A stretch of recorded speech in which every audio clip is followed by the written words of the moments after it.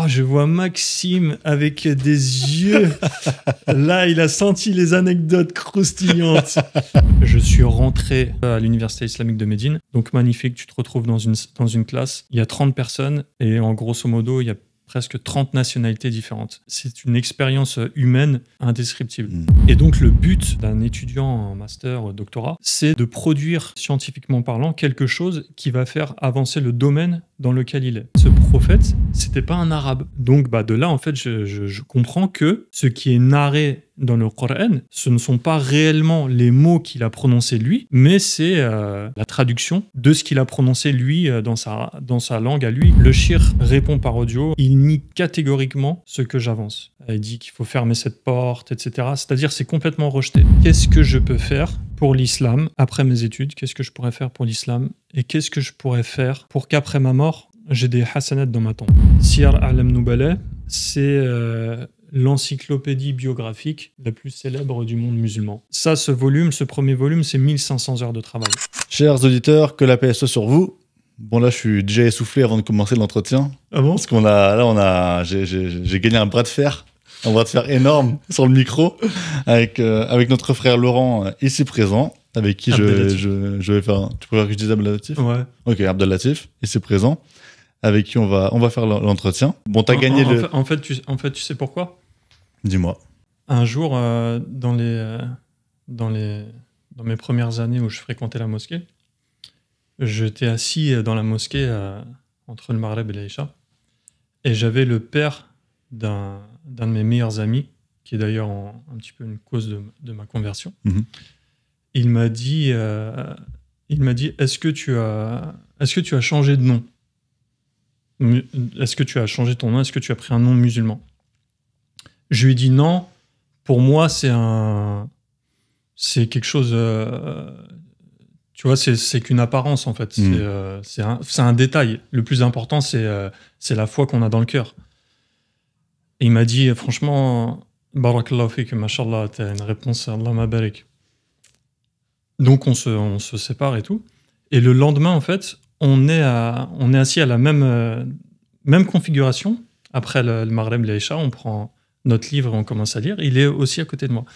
Et donc il m'interpelle, il me dit, tu sais, j'ai réfléchi à ce que tu m'as dit hier soir. C'est vrai que c'est très noble de ta part, mais le jour de la résurrection, en fait, les serviteurs seront appelés par leur nom. Et il m'a dit, si tu avais un nom qui était plus honorifique, eh ben en fait, ça pourrait être mieux. Et quand il m'a dit ça, j'ai dit ouais. Et après, il m'a dit, je te propose de t'appeler Abdelatif. Et du coup, en fait, il m'aurait dit Mohamed, Ibrahim, Abdallah, j'aurais dit ouais. Et voilà, c'est pour la symbolique. Ouais, parce que c'est le premier à m'avoir baptisé, me surnommé Abdelatif, et donc du coup, c'est resté Abdelatif. Et en fait, à chaque fois que j'entends ce nom, je m'en lasse pas, et c'est un honneur d'entendre les gens me dire Abdelatif, le serviteur d'Al-Latif. Qui veut dire? Latif, ça vient de l'autre, c'est la... Aide-moi. Oh, le piètre traducteur. Ça me vient pas. C'est le stress. Mais bon, les gens, je pense qu'ils comprendront. Tu sais pas ce que c'est? Non, franchement, je pourrais pas te dire. L'autre, c'est la douceur, la bienveillance. D'accord. Donc le bienveillant, le doux.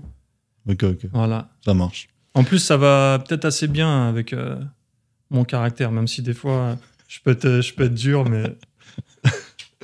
Pour l'instant, j'ai vu que le doux, moi. Donc ça va. Ouais, ça va. Alhamdoulilah. Mais n'oublie pas le duel qu'on a tous les deux.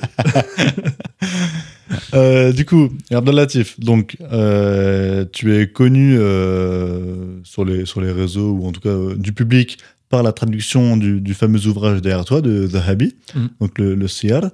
On va en parler après, de ton travail de traduction. Mais d'abord, on va parler de toi, de ton parcours personnel. Donc à 19 ans, tu te convertis à l'islam? Approximativement, parce qu'en fait, j'ai pas eu une conversion. J'ai une conversion en fait progressive. Ok, il y a eu un cheminement. Ouais. Okay. Donc j'ai pas sauté le pas du jour au lendemain en fait. Ouais. Ça s'est fait progressivement et de manière assez naturelle. Mais effectivement, à 19 ans, j'ai commencé à prier. D'accord. Les 5 okay. prières et tout okay. ça. Mais la foi, elle était déjà présente. Déjà présente depuis des années. 25 ans, tu pars en Arabie Saoudite, donc à l'université de Médine. En fait, tu as sauté une étape importante de ma vie, mais tu ne pouvais pas le savoir parce qu'elle n'est pas publique. On est là pour... Ah, d'accord. Entre-temps, j'ai eu une expérience professionnelle. Après le bac, en fait, j'ai fait un BTS en alternance. Je suis rentré dans le domaine de la location de voitures, parce que c'était un BTS action commerciale. Et à 22 ans, j'ai créé mon entreprise, donc une agence de location de voitures. Et en fait, moi, je travaillais sous une franchise, une marque de location de voitures nationale connue. Et quand j'ai voulu me lancer à mon compte, je les ai contactés. Je leur ai dit, voilà, je suis telle personne. Ils me connaissaient déjà parce que j'étais responsable d'une agence. Et je leur ai dit, je voudrais me lancer à mon compte. Je voudrais ouvrir mon agence. Bon, c'est vrai que tu es un peu jeune, mais pourquoi pas, etc. Et un jour, la directrice régionale qui gérait mon secteur me téléphone, elle me dit écoute Laurent, bon, elle m'appelait pas Abdelatif à l'époque, elle me dit j'ai trouvé un local qui pourrait potentiellement correspondre, il n'y a pas encore d'agence là-bas, etc.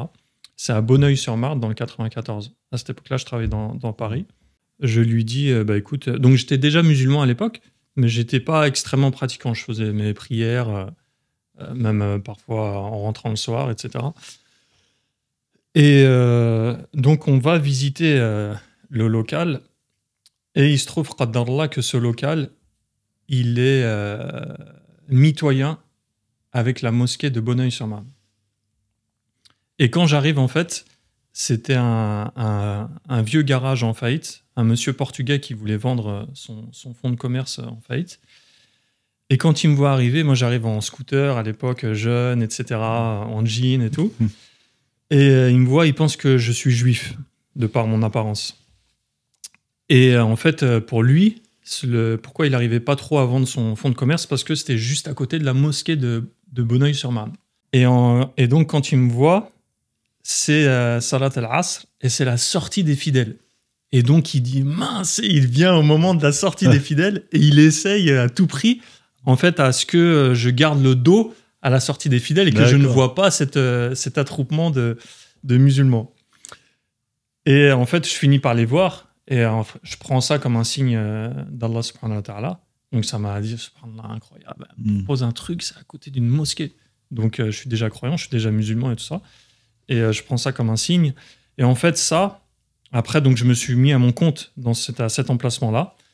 Et ça veut dire que j'ai commencé à fréquenter la mosquée beaucoup plus régulièrement. Et ça a été un pas dans mon cheminement spirituel. Donc de 22 ans à 25 ans, j'ai été chef d'entreprise. Et après, au cours de ces années de mon cheminement, je voulais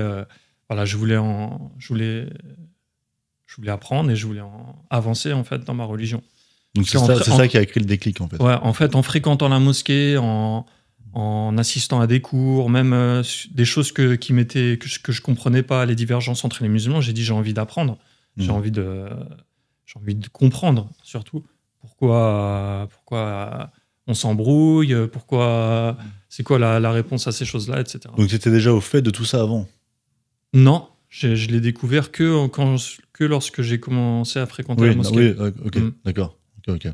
Moi, en fait, quand je me suis converti, je me suis dit, voilà, je rentre dans une religion de paix.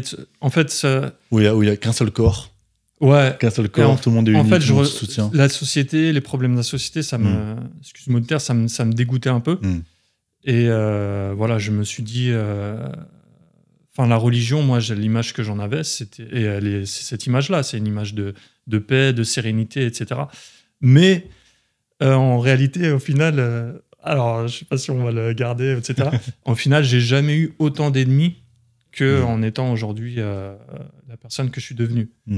Mais après, c'est humain, c'est les choses qui veulent ça. Plus tu t'engages et plus au final. Donc c'est un peu paradoxal parce qu'à l'époque, je recherchais finalement justement d'être bien avec tout le monde, tu vois, musulmans comme non musulmans, etc. Et au final, alors là maintenant.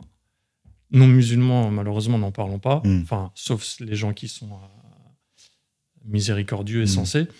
Et musulmans, pareil, j'ai mon lot de détracteurs. Du coup, donc à 25 ans, là, tu pars en Arabie donc je Saoudite. vends cette entreprise. Ah, ok. Ouais. Je vends mon entreprise. Pour ça, pour le voyage. Ouais, les Ok. gens de la mosquée, ma famille, etc., ils me disent t'es complètement fou. T'as l'avenir devant toi, t'es jeune, t'as une entreprise et tout ça qui marche et tout. Et donc, président de la mosquée, il vient me voir, il me dit Laurent. Ou Abdelatif, non, Abdelatif, il me dit Abdelatif. De toute façon, bon, bref, il essaye de me dissuader, tu vois. Ouais. Et il me dit, de toute façon, tu ne seras jamais plus qu'un converti aux yeux des musulmans. C'est pas possible. C'est pas possible. Ouais. Mais bon, c'était quelqu'un, qu'Allah lui pardonne, c'était pas quelqu'un qui disait toujours des choses hyper sensées. Mais en fait, le truc, c'est qu'il a voulu me dissuader de dire, mais arrête, vends pas ton entreprise, c'est de la folie et tout ça. Qu'est-ce que tu es en train de faire? Mais après, c'est vrai que quand on est jeune, on fait des choses un petit peu moins. C'est comme ça qu'on apprend. Hein. Ouais. C'est en tombant qu'on apprend à marcher. Mais heureusement qu'il y a un petit peu cette folie, cette fougue de la jeunesse. Bien sûr. Après, il faut quand même la tempérer, la gérer, parce que d'ailleurs, c'est une des sifat de caractéristiques des Khawarij. Le prophète sallam, il les a décrits comme étant des personnes jeunes. Parce que quand on est jeune, en fait, on est très engagé, on est sûr de soi, et en fait, les épreuves de la vie, etc., en fait, après nous amènent normalement, parce que c'est pas le cas pour tout le monde malheureusement, mais à être beaucoup plus nuancé. Et c'est vrai que peut-être à ton âge actuellement, bon, t'es pas vieux, hein, mais avec ta... Bon, alors là, c'est le mot de trop. On en découpe. Je ne pensais pas que ça allait venir aussi rapidement. Non, mais c'est vrai qu'avec son expérience, on va plutôt dire ça comme ça, tu serais pas forcément parti, tu vois, avec les responsabilités. Bah, c'est vrai que ce que j'ai vécu ensuite, les 15 années qui ont suivi, effectivement, j'aurais peut-être pas pris les mêmes décisions. Mais au final, c'est un grand khair parce que j'ai fait quelque chose qui a changé ma vie. On t'a pas dit pourquoi tu n'apprendrais pas, par exemple, l'arabe en France? Il y a peut-être des instituts qui sont à l'époque, effectivement, je commençais déjà. Mais moi, j'en voulais plus. En fait, moi, dans ma nature, je suis quelqu'un... Quand je rentre dans quelque chose, je rentre à fond, en fait. Quand je me passionne pour quelque chose, etc. Quand j'étais adolescent, j'étais passionné de foot. Donc, abonné à France Football, j'écoutais RMC. Je sais pas si ça existe toujours. Bah non, c'était la radio, tu vois. Ça s'appelait le multiplex. En fait, tu vois, le samedi soir, tu avais le championnat. Et dès qu'il y avait un but ici au stade de...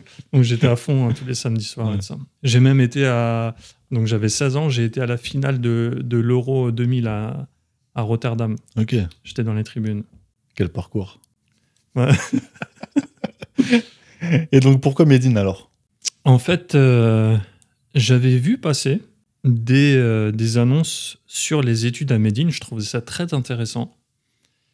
Mais en fait, j'avais compris au début qu'il fallait être hafid al-Qur'an, qu'il fallait avoir, parmi les conditions pour y rentrer, avoir mémorisé le Coran entièrement. Donc, je n'avais pas approfondi. Et par la suite, en fait, j'ai vu que ce n'était pas le cas. Et à mon époque, déjà, pour apprendre la science, il y avait moins d'opportunités en France. Il n'y avait pas tous les instituts en ligne, etc. Bon, il y avait des cours dans les mosquées, mais généralement, c'était 1 heure, 2 heures le dimanche. Ça ne suffit pas si tu veux vraiment avancer. Et Médine, c'était quelque chose qui était déjà un peu connu. Et à l'époque, c'était élitiste parce qu'ils acceptaient qu'une dizaine... Quoique mon année, je crois qu'on était... Ils acceptaient que quelques frères, donc je crois moins de 5 pendant une période. Moi, mon année, ils ont augmenté, je crois qu'on était 8 ou une dizaine. Ouais, il y a un quota par pays, je crois, c'est ça. Donc c'était déjà quelque chose d'énorme, on va dire, pour à l'époque. Et là, maintenant, je crois aux dernières nouvelles, il y a quelques années, il s'était passé à 40 Français, donc ce qui était vraiment énorme. Qui est vraiment énorme. Et du coup, Médine, en fait, c'est vrai que la différence avec le Maroc, par exemple, pour intégrer la faculté, on n'est pas obligé d'être arabophone. C'est pas un prérequis. Il y a un cursus de 2 ans là-bas, où tu vas nous parler, qui te permet justement après d'accéder aux sciences un peu plus avancées. Ça, c'est vrai que c'est vraiment bien et qu'on peut être reconnaissant par rapport à ce qu'on fait les Saoudiens, par rapport à ça, contrairement à beaucoup de pays musulmans, c'est qu'ils ont pris connaissance que une des problématiques des musulmans dans certains pays est qu'ils étaient non arabisants, donc ils n'avaient pas l'accès aux études islamiques, et donc ils ont mis en place des instituts pour, premièrement, les former à la langue arabe. Et donc ça, malheureusement, tu ne trouves pas ça au Maroc, en Algérie, enfin dans tous les autres pays musulmans, sauf en Égypte, mais c'est plus des instituts privés, etc. Mais là, donc, voilà, c'est des choses étatiques, c'est des établissements universitaires, etc. Et donc, chaque année, ils forment Moi, à mon époque, je crois que c'était à peu près 1500 étudiants étrangers qui étaient formés à l'Institut d'apprentissage de la langue arabe. Donc, magnifique, tu te retrouves dans une classe, il y a 30 personnes, et en grosso modo, il y a presque 30 nationalités différentes. Chinois, russes, africains, européens, américains, etc. Donc, c'est une expérience humaine indescriptible. Machin, franchement, c'est terrible. Et tous avaient à peu près le même niveau? Parce qu'il me semble que dans une intervention de Eric Younous, il avait parlé de son passage justement à Médine, où il a dit que lui, en fait, il s'était retrouvé dans une chambre avec une personne qui connaissait Bukhari par cœur. D'accord. Ouais, mais ça, c'est différent, c'est une chambre, donc d'hébergement. D'accord. Tandis que l'Institut d'apprentissage... Oui, parce que tu as l'hébergement en campus, et ensuite, après, tu as les classes. Donc, tu es évalué en fait à ton niveau. Tu as un entretien, et ils évaluent ton niveau. Et après, il te dit, si tu es déjà avancé, tu sautes le premier niveau ou le deuxième. D'accord. En fonction de ton niveau. Donc ça, 2 ans d'arabe, au bout de ces 2 ans, t'es arabisant, ou désillusion? Ouais, exactement, désillusion. En fait, moi, j'ai toujours été mauvais dans les langues. J'ai jamais aimé ça. Très attaché au français. Et en fait, j'ai fait allemand première langue, parce que je suis d'origine allemande. D'accord. Mon grand-père paternel et ma grand-mère maternelle sont des Allemands installés en France. Et donc, voilà, par rapport à ça, on a dit ça serait cool de rentrer et de faire allemand première langue.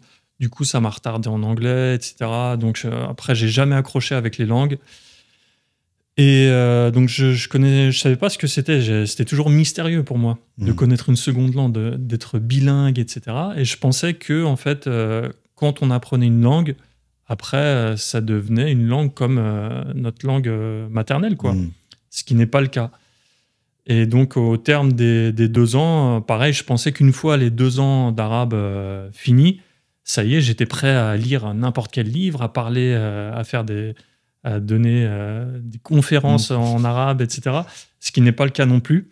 Donc, je suis sorti après, au terme des 2 ans. Et bon, mon niveau était correct, bien entendu. Je pouvais commencer à me débrouiller. Mais malheureusement, c'est un petit peu comme tu as dit, c'était un petit peu une désillusion. Mais quoi qu'il arrive, rarement, je pense que tu peux atteindre le niveau que tu as dans ta langue maternelle. Qu'est-ce que tu es prêt à faire avec ces 2 ans-là? Est-ce que tu peux...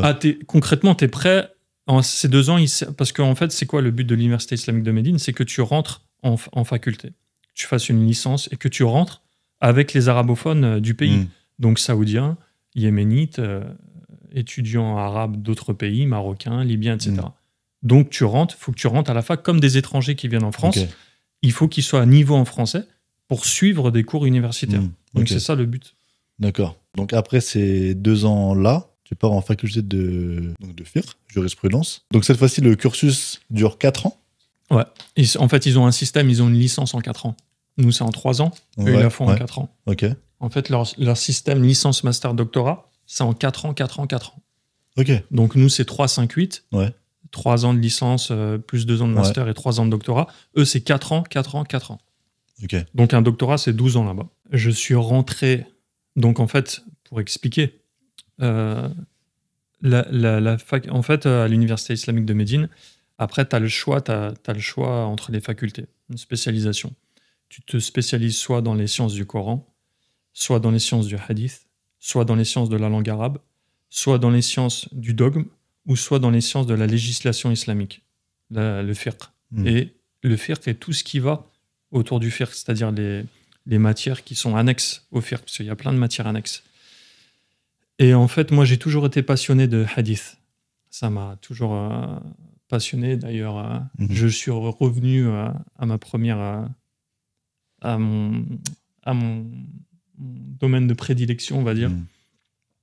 Mais en fait, en faculté du hadith, en plus de mémoriser une grosse partie du Coran, il fallait mémoriser aussi un livre de hadith.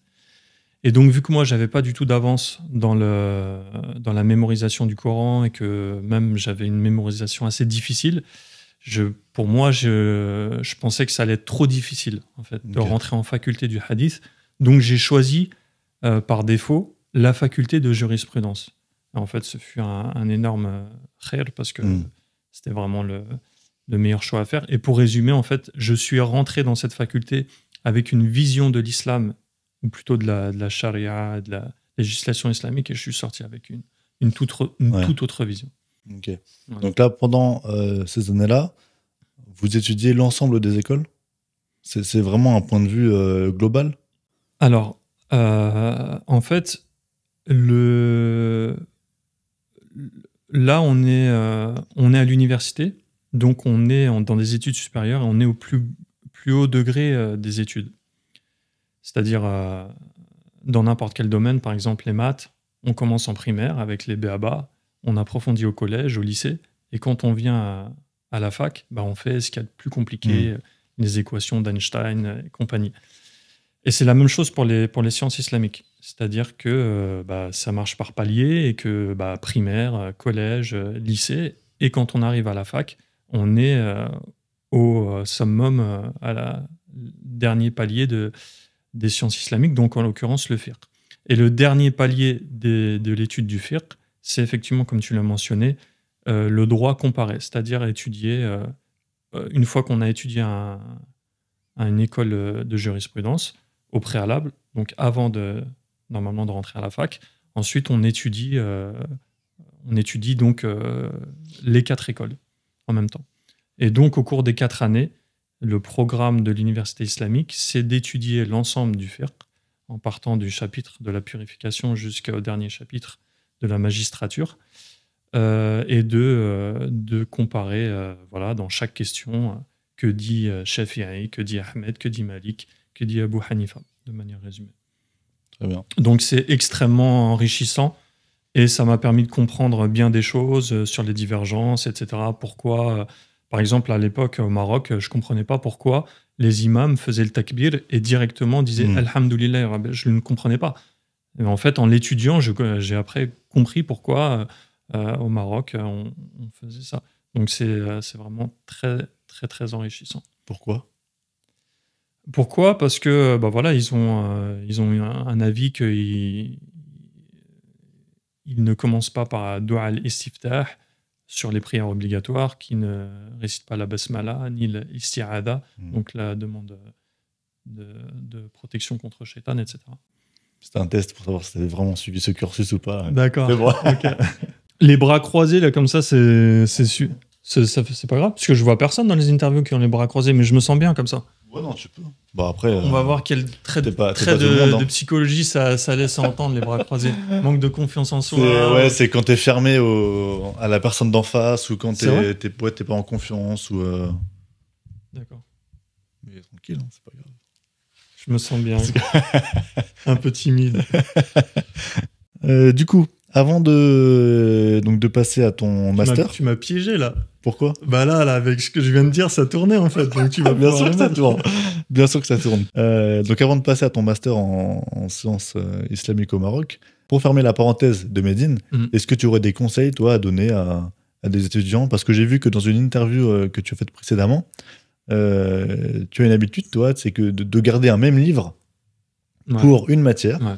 Et tu la notes au fur et à mesure de ce que tu apprends en plus. Après, c'est des petites techniques que chacun y met en place.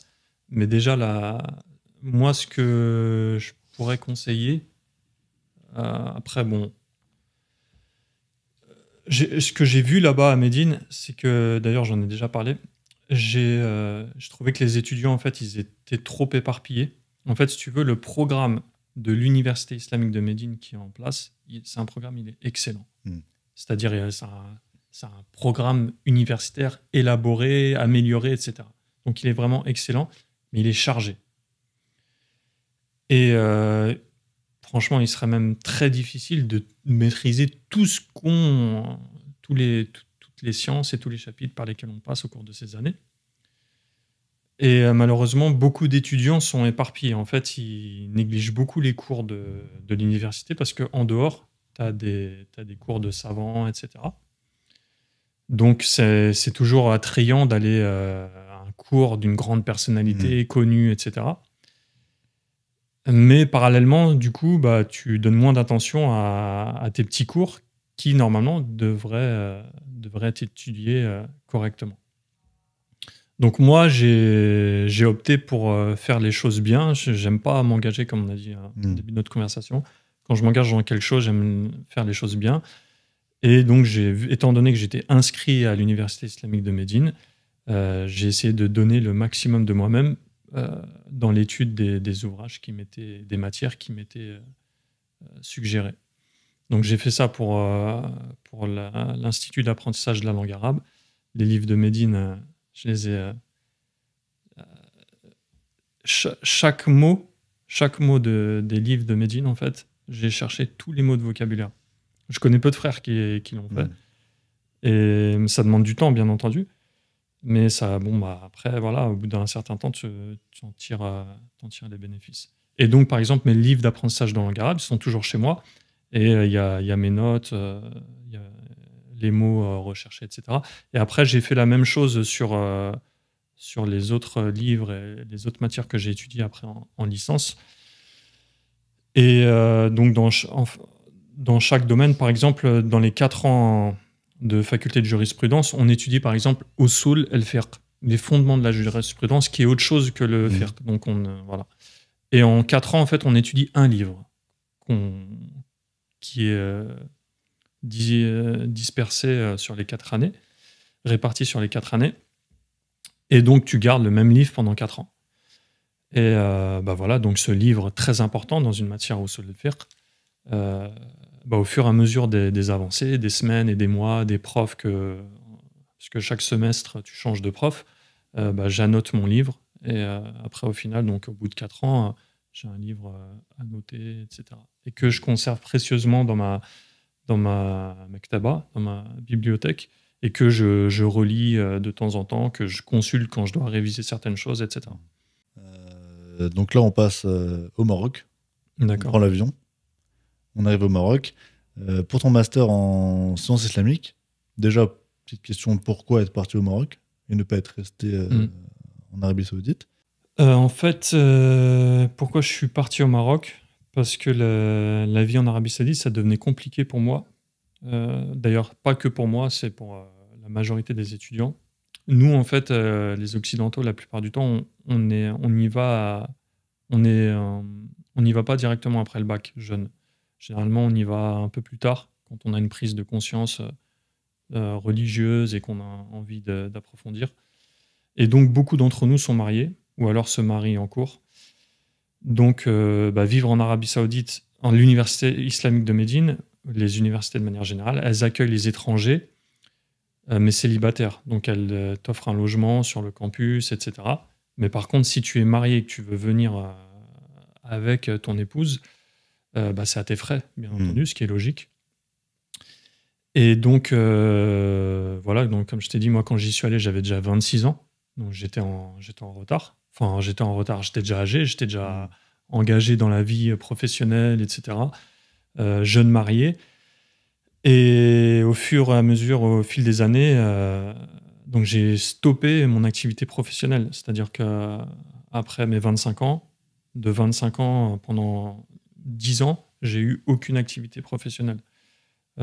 Faute de trouver quelque chose qui pouvait convenir avec mes études et le fait de combiner entre mes études et une activité professionnelle.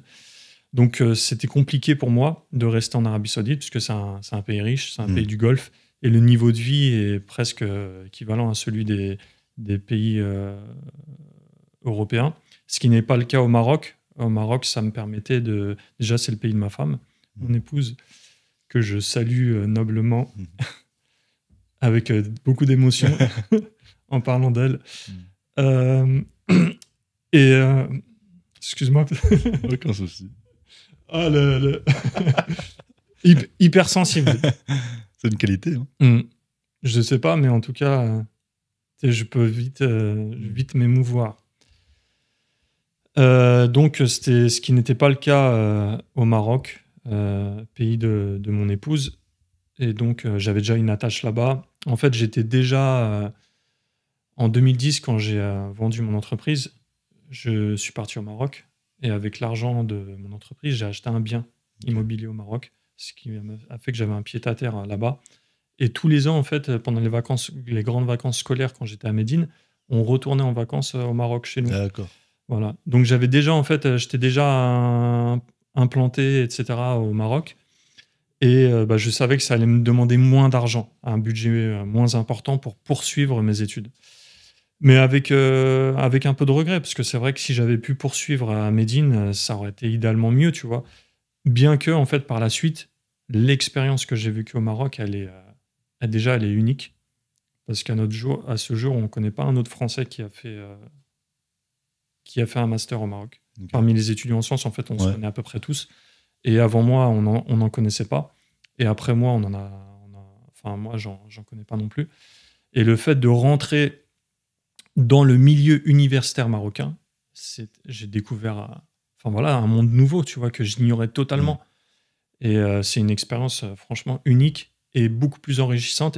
Et d'ailleurs, ça m'a apporté plus, humainement parlant, que si j'étais resté à Médine dans un cocon que je connaissais déjà, en fait. Ouais. Parce que l'entrée en master là-bas aurait été semblable à ce que j'avais fait en licence. Tandis que là, j'ai rencontré un autre peuple, une autre manière des autres universités, etc. Donc, humainement parlant, c'est très enrichissant. Et d'ailleurs, je dis souvent, la science que j'ai, même si c'est un grand mot, hein, modestement, mais en tout cas, ce que j'ai appris, il y a 50% de théorie, 50% de vécu. C'est-à-dire ce que j'ai vécu en Arabie Saoudite, au Maroc, durant mon voyage, ça m'a vraiment donné des clés de compréhension, mais humainement parlant, de savoir qui sont les savants, qui sont les étudiants en sciences, de vivre dans les pays arabes. Je te donne un exemple concret, par exemple, les horaires de prière. Moi, j'ai vécu en France, j'étais musulman en France. Pour moi, c'était normal de prier le Maghreb à 22h et de faire la Isha au minimum à 23h30 ou 23h45. C'est une chose qui est complètement anormale dans les pays arabes. Ça n'existe pas. Le Salat la-Isha, au plus tard, c'est à 21h. Donc, en fait, tu comprends, ça t'aide dans ton fiqh, en termes de jurisprudence, le waqi', le contexte, t'aide à comprendre et t'aide même à donner éventuellement des fatwas.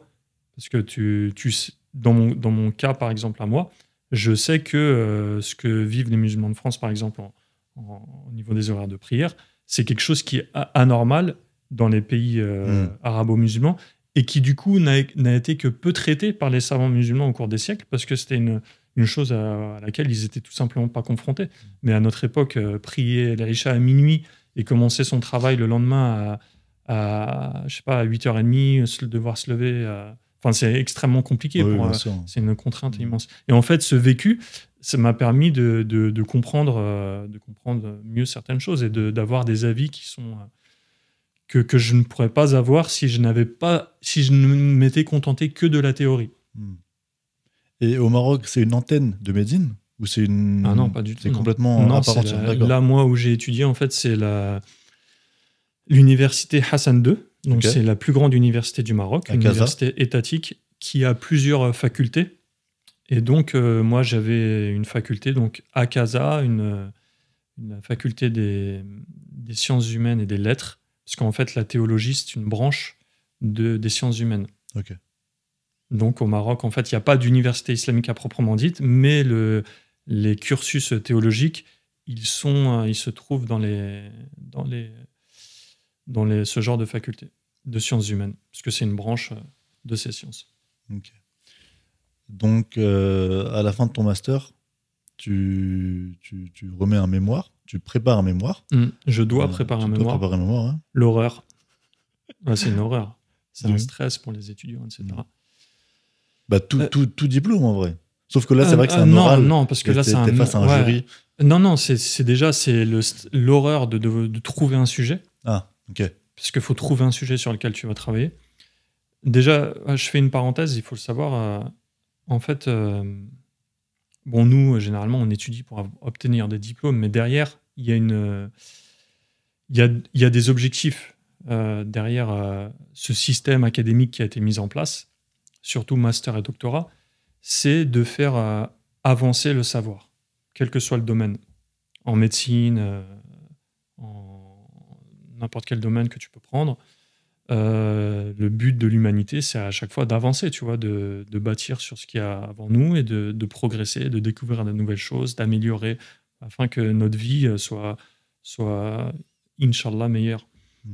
Et donc, le but d'un étudiant en master, doctorat, c'est de produire, scientifiquement parlant, quelque chose qui va faire avancer le domaine dans lequel il est. Donc, c'est-à-dire, concrètement, venir avec quelque chose de nouveau qui va être qui va contribuer à l'avancement scientifique de ce domaine-là. Donc c'est ça le but d'un mémoire ou d'une thèse de doctorat, c'est d'apporter un bien pour la société et en particulier le domaine dans lequel on est. Donc voilà, il faut maintenant trouver un sujet. Mais moi, alhamdoulilah, j'avais déjà un sujet que j'avais en tête depuis longtemps et je m'étais dit, parce qu'à l'époque, quand je commençais les études islamiques, quand je voyais mes prédécesseurs étudiants qui étaient en master et en doctorat, je ne pensais jamais que je pourrais un jour moi-même rédiger un mémoire en langue arabe et même disserter en langue arabe. Donc, c'était vraiment quelque chose de très loin. Mais j'avais quand même un sujet qui me tenait à cœur. Et en fait, après, au final, ça a été l'occasion pour moi de travailler dessus. Quel est-il ? Quel est-il ? L'introduction. Alors, un jour, je suis chez moi au Maroc. C'est les vacances d'été. Et je bosse mes cours. Et à un moment, je m'arrête sur un verset du Coran. Et c'est un prophète. Alors on va s'arrêter tout de suite. On va pas me la refaire. Ça commence à bien faire cette histoire. Qu'on me demande à chaque fois de quel prophète il s'agit. Comprenons la chose et on verra par la suite que peu importe le prophète. Allez, c'est bon, on continue. D'accord. Et donc. Et je médite la langue arabe parce que c'est beau, tu vois, de lire le Coran en arabe, etc., la structure, lettre par lettre, la composition, etc. Et quand je médite cette parole en arabe, je la trouve belle. Et en fait, après, il me vient à l'esprit que je me dis, mais en fait, ce prophète, c'était pas un arabe. Donc de là, en fait, je comprends que ce qui est narré dans le Coran, en arabe, ce ne sont pas réellement les mots qu'il a prononcés lui, mais c'est la traduction de ce qu'il a, ou appelons-la comme on veut, de ce qu'il a prononcé lui dans sa langue à lui, que ce soit par exemple Ibrahim, c'était pas un arabe, Daoud, Suleiman, enfin l'ensemble des prophètes qui n'étaient pas pour la majorité d'entre eux arabes, avaient donc une langue, donc l'hébreu, les langues antiques, etc. Et donc dans le Coran, leurs dialogues nous ont été narrés. Et ça m'a beaucoup fait méditer parce que je l'entendais, je ne l'avais jamais entendu et je ne l'entendais pas surtout. Et donc au fil de mes années, à Médine, etc., je n'entendais jamais cette chose. Et d'ailleurs, je comprenais pas pourquoi et je m'interrogeais, est-ce que ce que je suis en train de comprendre est erroné ou pas ? Je finissais par me remettre en question. Comment ça se fait que moi, Abdellatif, modeste petit français de région parisienne, a une vision d'une chose que aucun savant cite, aucun théologien n'en parle, etc. Et donc, j'en ai fait mon mémoire de master qui porte le nom de, je l'ai appelé la traduction divine en fait. Parce que le but en fait c'était d'étudier le Coran et de compiler toutes les paroles de prophètes, mais pas que de prophètes en fait, parce que dans le Coran, il y a d'autres personnages qui parlent dans le Coran qui ne sont pas que des prophètes. D'ailleurs, il n'y a même pas que des humains, il y a des animaux, il y a même les montagnes, par exemple, etc. Les anges, Iblis. Est-ce que Iblis parlait l'arabe? Est-ce que les anges parlaient l'arabe? Est-ce que les anges, quand ils parlaient avec les prophètes ou quand ils parlaient dans d'autres livres, est-ce qu'ils parlaient l'arabe? Est-ce que quand des prophètes étaient envoyés à des communautés et que le prophète en question, livre révélé ou pas, leur parlait de la création de la terre, etc., du récit avec les anges, etc., est-ce que c'était narré en arabe ou pas? Non, c'était pas narré en arabe, forcément, c'était narré dans leur langue. Donc voilà, c'est mon travail en gros, ce que j'ai pu faire dessus. Tu sais, quand j'ai regardé la vidéo donc, de ton mémoire, et c'est comme je t'ai dit par message, c'est une question qui m'était venue à l'esprit il y a longtemps. C'est très rare, hein, parce que si tu fais le test, si tu demandes aux gens est-ce que tu avais déjà pensé à cette question, c'est 95% des personnes te diront non. Essentiellement les arabophones, mais même peut-être les non-arabophones. Ouais, j'allais te dire que peut-être en tant que Français, on est peut-être plus sujet à se poser cette question, tu vois, vu qu'on n'est pas en tant qu'étranger, pas forcément français. Et on est plus à même à l'accepter, à la comprendre. Parce que j'ai été confronté en fait à cette thèse que je mets en avant, ce fait que je mets en avant, il a du mal à être entendu par les arabophones. Est-ce que c'est quoi? C'est parce que ils sont plus recentrés sur eux-mêmes, tu vois? Et du coup, en fait, parce que la question. C'est exactement, c'est un environnement. En fait, un arabe, il grandit, il vit dans son environnement, donc dans sa culture, le Coran, les prophètes qui sont narrés dans le Coran, etc. Et c'est une question à laquelle il ne pense pas. Quand j'ai commencé à travailler sur le sujet, j'ai contacté un de mes profs avec qui j'étais ami, un prof de tafsir que j'ai eu à l'université de Médine. Donc je l'ai appelé, je lui ai dit comment tu vas au stade et tout ça. Je lui ai dit je voudrais te parler d'une chose sur laquelle je suis en train de travailler, donc je lui explique mon travail. Il me répond par WhatsApp et je sens qu'il est déstabilisé en fait. Et il me dit écoute Abdellatif, je vais te renvoyer vers un cheikh.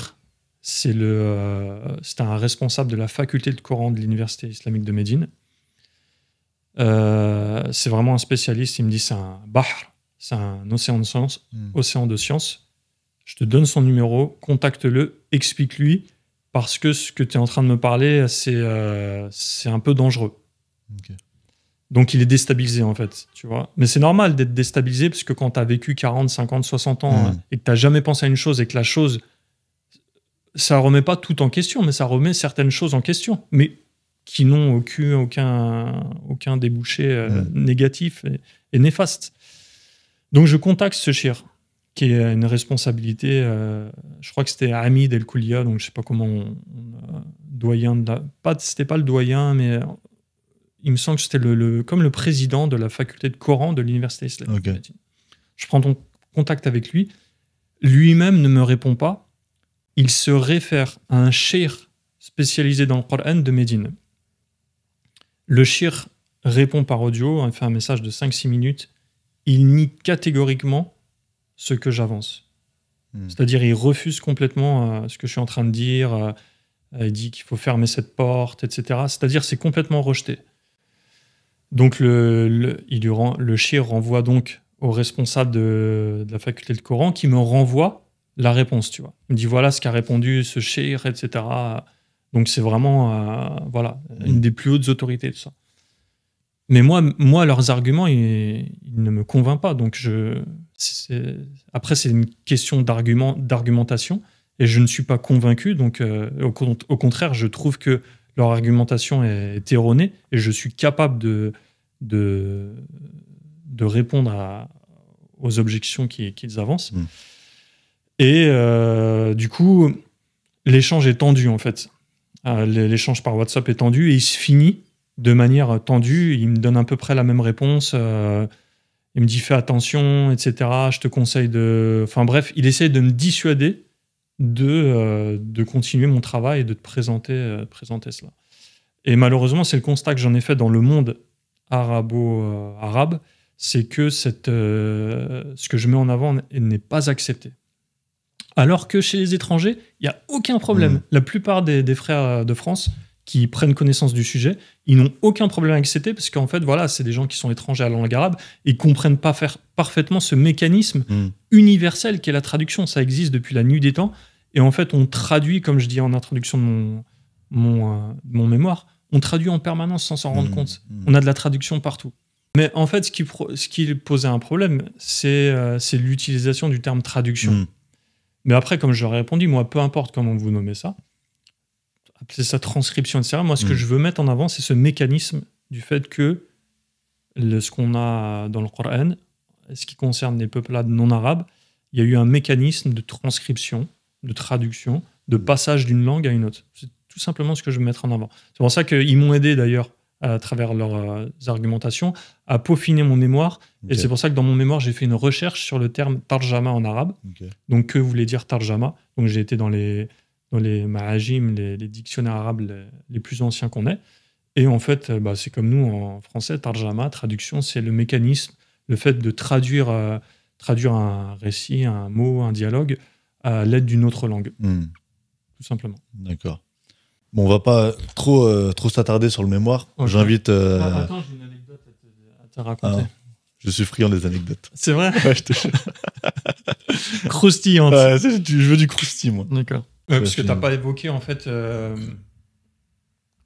quel est l'intérêt aussi du mémoire. Parce qu'une fois que on a parlé de cette chose-là, qu'est-ce qu'on peut en tirer? C'est-à-dire qu'au-delà de ce travail de compilation et de traduction, qu'on peut en tirer certaines choses. En fait, c'est-à-dire que tu peux... je te donne un exemple concret. Dans le Coran, Allah subhanahu wa ta'ala, il nomme certains prophètes. Par exemple, Moussa, Daoud, Suleiman. Donc il les nomme en arabe. Mais est-ce que Moussa, son prénom, est-ce que les Juifs de l'époque, est-ce qu'ils appelaient Moussa Moussa? Non. Ils n'appelaient pas Moussa Moussa. Ce qu'il appelait Daoud, etc. Non, il disait David, ou je sais pas, je suis pas un spécialiste dans les langues sémiques, etc. Mais donc en fait, ce qu'on peut dire, par exemple, ce qu'on peut en tirer, c'est qu'il n'y a pas de mal quand on fait une traduction, quand on parle de récits qui ont lieu dans une autre langue, à adapter certains noms propres, certains dialogues, etc. Et Allah subhanahu wa ta'ala, il n'a pas veillé à garder la prononciation exacte du prénom de ses prophètes et tout ça. Il l'a tout simplement adapté à la langue arabe. Tu m'as dit que tu étais friand des anecdotes. Je commence à travailler sur mon mémoire en 2019. Et ma mère tombe malade, gravement, à cette période-là. En fait, je finis, si tu veux, le master au Maroc, c'était 3 semestres d'études. Et au cours des 3 semestres, il y a plein de recherches. J'ai fait plein de choses, des recherches scientifiques. Et donc, 4e semestre, c'est là où tu es censé commencer la recherche sur ton sujet. Donc, je commence. Et là, ma mère, d'ailleurs, c'est au même moment où je lance Islam Patrimoine, c'est-à-dire à la fin de mes études, j'en pouvais vraiment plus. Il fallait que ça sorte. C'était un projet que j'avais depuis des années, comme le mémoire. Et je crois le dernier jour où mon dernier cours, allez, c'est parti, passons aux choses sérieuses. Et donc là, ma mère tombe gravement malade. Elle en décédera. Et ce qui fait que ça m'a un peu perturbé, parce que je suis venu en France pendant 1 an, à cette période-là, pour rester auprès d'elle. Et donc j'étais un peu coupé dans mon travail, même si j'essayais quand même, quand j'avais le temps, d'avancer, parce que c'était un assez long travail. D'ailleurs, ça aurait même pu faire un office de thèse de doctorat. Parce qu'il fallait lire tout le Coran, déjà. Il fallait répertorier. Donc il fallait vraiment lire le Coran du début jusqu'à la fin et répertorier tous les passages. Et il y en a beaucoup, parce qu'il y a plus que 1000 versets. Donc voilà, c'est un long travail. Donc j'ai poursuivi après le décès de ma mère. Donc j'ai poursuivi en 2021. Et au fur et à mesure de l'avancement de mon mémoire, j'ai toujours ce blocage parce que est-ce que le problème vient de moi? Est-ce qu'il y a quelque chose que je ne comprends pas? Ou est-ce que, voilà, tout simplement, j'ai découvert une chose que peu de musulmans, ou la plupart des théologiens musulmans n'ont pas fait attention à cette chose, ou en tout cas ne l'ont pas souligné. Et un jour, j'étais en vacances dans le sud du Maroc, et je fais un rêve pendant que je suis en train de travailler, donc pendant ces vacances sur le mémoire. Et je fais un rêve, et je vois dans mon rêve, en fait, je vois un livre. Attends, parce que en venant là dans les transports, j'ai retrouvé le tweet. Ah ouais. Parce que voilà, je me sers des fois, mes réseaux sociaux, je m'en sers pour noter des trucs qui puissent rester et que je puisse consulter. Voilà, donc là, c'est bien utile. Je te lis ce que j'ai écrit donc le 6 août 2021. Ce que la personne peut voir en rêve est assez impressionnant. J'ai rêvé d'un livre arabe ayant pour titre Fath al-Munzil. Donc j'étais en pleine période où je travaillais sur le mémoire et en pleine période de doute en fait. Donc je vois un livre, en fait c'est sur le toit d'un immeuble et le titre du livre c'est en arabe, c'est écrit Fath al-Munzil. Fath c'est l'ouverture, c'est le fait d'ouvrir. Derrière il y a plein de livres qui s'appellent Fath al-Bari, etc. Et al-Munzil, ça veut dire, al-Munzil, c'est le ism fa'il de Anzala, celui qui fait descendre. Al-Munzil, donc Anzala. Donc on pourrait traduire littéralement l'ouverture de celui qui a fait descendre. Fath al-Munzil. Et le nom de l'auteur était At-Tayyar ad-Duwayri. Le titre du livre est on ne peut plus explicite pour moi, mais le nom de l'auteur, par contre, en fait, le titre, je l'interprète. En fait, quand je me réveille, j'ai la chair de poule. C'est en pleine nuit, je vais aux toilettes et j'ai fait 3-4 rêves comme ça dans ma vie. C'est-à-dire vraiment... tu sais, c'est un peu comme la description de la première révélation au prophète. Tu sais, il est un peu choqué, etc. J'ai des rêves comme ça, j'en ai fait très peu dans ma vie, j'en ai fait peut-être 3 ou 4. Et un, c'est celui-ci. Et donc, je suis dans les toilettes et j'ai la chair de poule, tu vois. Je sens vraiment que le rêve, il m'est apporté, je sais pas, par un ange ou par quelque chose, tu vois. Je poursuis. Le livre était perdu sur un toit, en face de chez ma mère défunte. La seule solution plausible dans mon rêve était qu'il soit tombé d'un avion. Puis sont venus 2 mécanos roumains et ont commencé à faire leur mécanique dessus, n'y prêtant pas attention. J'ai eu alors la ferme décision de descendre pour le retirer, c'est-à-dire retirer le livre de dessous leur voiture. Ceux qui étaient avec moi, mes fils, il me semble, n'étaient pas vraiment chauds pour me suivre, car ça sentait l'embrouille. Fin du rêve, je vous rassure, un scorpion ne m'a pas piqué. En fait, et ce rêve, il m'a apaisé. Franchement, Fath al-Munzil, c'est comme si j'ai vu un feu vert d'Allah subhanahu wa ta'ala qui me disait c'est une découverte scientifique, tu vois. Et d'ailleurs, c'est intéressant, parce que là, ce matin, je me disais, l'anecdote que je t'ai dit avec les 2 chirs de Médine, etc., qui ont été... Et là, tu vois, dans le rêve, donc ça, c'était avant, et il y a ces 2 mécanos, avec tout le respect qu'on doit, bien sûr, mais tu vois, qui ont quelque chose avec le livre, tu vois, il y a un problème, tu vois, ils sont sur le livre et tout ça, ils commencent à... Bref... Tu verras si tu le gardes ou pas. Ah oui, bien sûr. Moi, je garde tout, de toute façon. Ah ouais, carrément. C'est super intéressant. Moi, je garde tout. Ouais, c'est super intéressant. Donc ça m'a... Après ce rêve, tu vois, j'ai dit, allez, on y va. Hein. Ouais. Et ça fait des années que je me remets en cause, etc. Et je vois que ça ne peut être que ça, tu vois. Est-ce que juste avant de passer à la suite, donc Islam Patrimoine, la fondation, est-ce que tu peux nous parler des 2 systèmes de traduction, des 2 méthodes de traduction qui vont justement introduire après le alors, travail? je sais pas en fait si on peut parler de méthode, mais en fait, un traducteur, soit tu traduis de L1 vers L2, soit de L2 vers L1. C'est quoi L1 ? L1, c'est la langue maternelle. L2, c'est une langue que tu as apprise. Donc, quand tu es bilingue, tu parles 2 langues. Soit tu traduis de L1 à L2, c'est-à-dire de ta langue maternelle à la langue que tu as apprise, soit tu traduis de L2 à L1, c'est-à-dire la langue que tu as apprise, tu traduis vers ta langue maternelle. C'est tout simplement ça. C'est pas des méthodes, mais c'est voilà, c'est tout traducteur en fait, il se retrouve dans cette comment appeler ça, configuration là ou système. Parce que je t'avais entendu parler du fait que il y a des traducteurs qui traduisent mot à mot et ceux qui traduisent selon le sens le plus proche. Brièvement, on dit sourcier ou cibliste. Sourcier, donc on essaie de garder au maximum le style source, même si dans le rendu final, on va avoir peut-être un rendu, un style même qu'on pourrait qualifier de maladroit.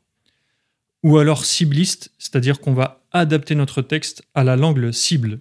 Et donc, c'est ce qui est adopté par les traducteurs professionnels. En traductologie, bien entendu, c'est ce qui est préconisé, c'est qu'un texte, une traduction, tu ne dois pas t'apercevoir que c'est une traduction. Quand tu lis un livre traduit ou une traduction, tu ne dois pas te poser la question que ça veut dire qu'il faut que ça soit fluide et entièrement lisible par un traducteur. Et malheureusement, c'est ce que nous n'avons pas, ce que nous n'avons pas eu depuis longtemps dans notre milieu à nous du monde musulman et du livre islamique français.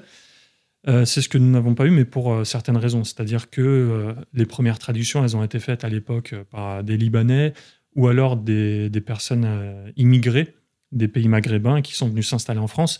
Et donc, eux qui traduisaient de L1 à L2. Ils traduisaient de leur langue maternelle à la langue qu'ils ont apprise. Donc forcément, la langue que tu as apprise, comme on parlait dans mon parcours d'apprentissage de la langue arabe, tu ne la maîtrises jamais comme ta langue maternelle. Ouais.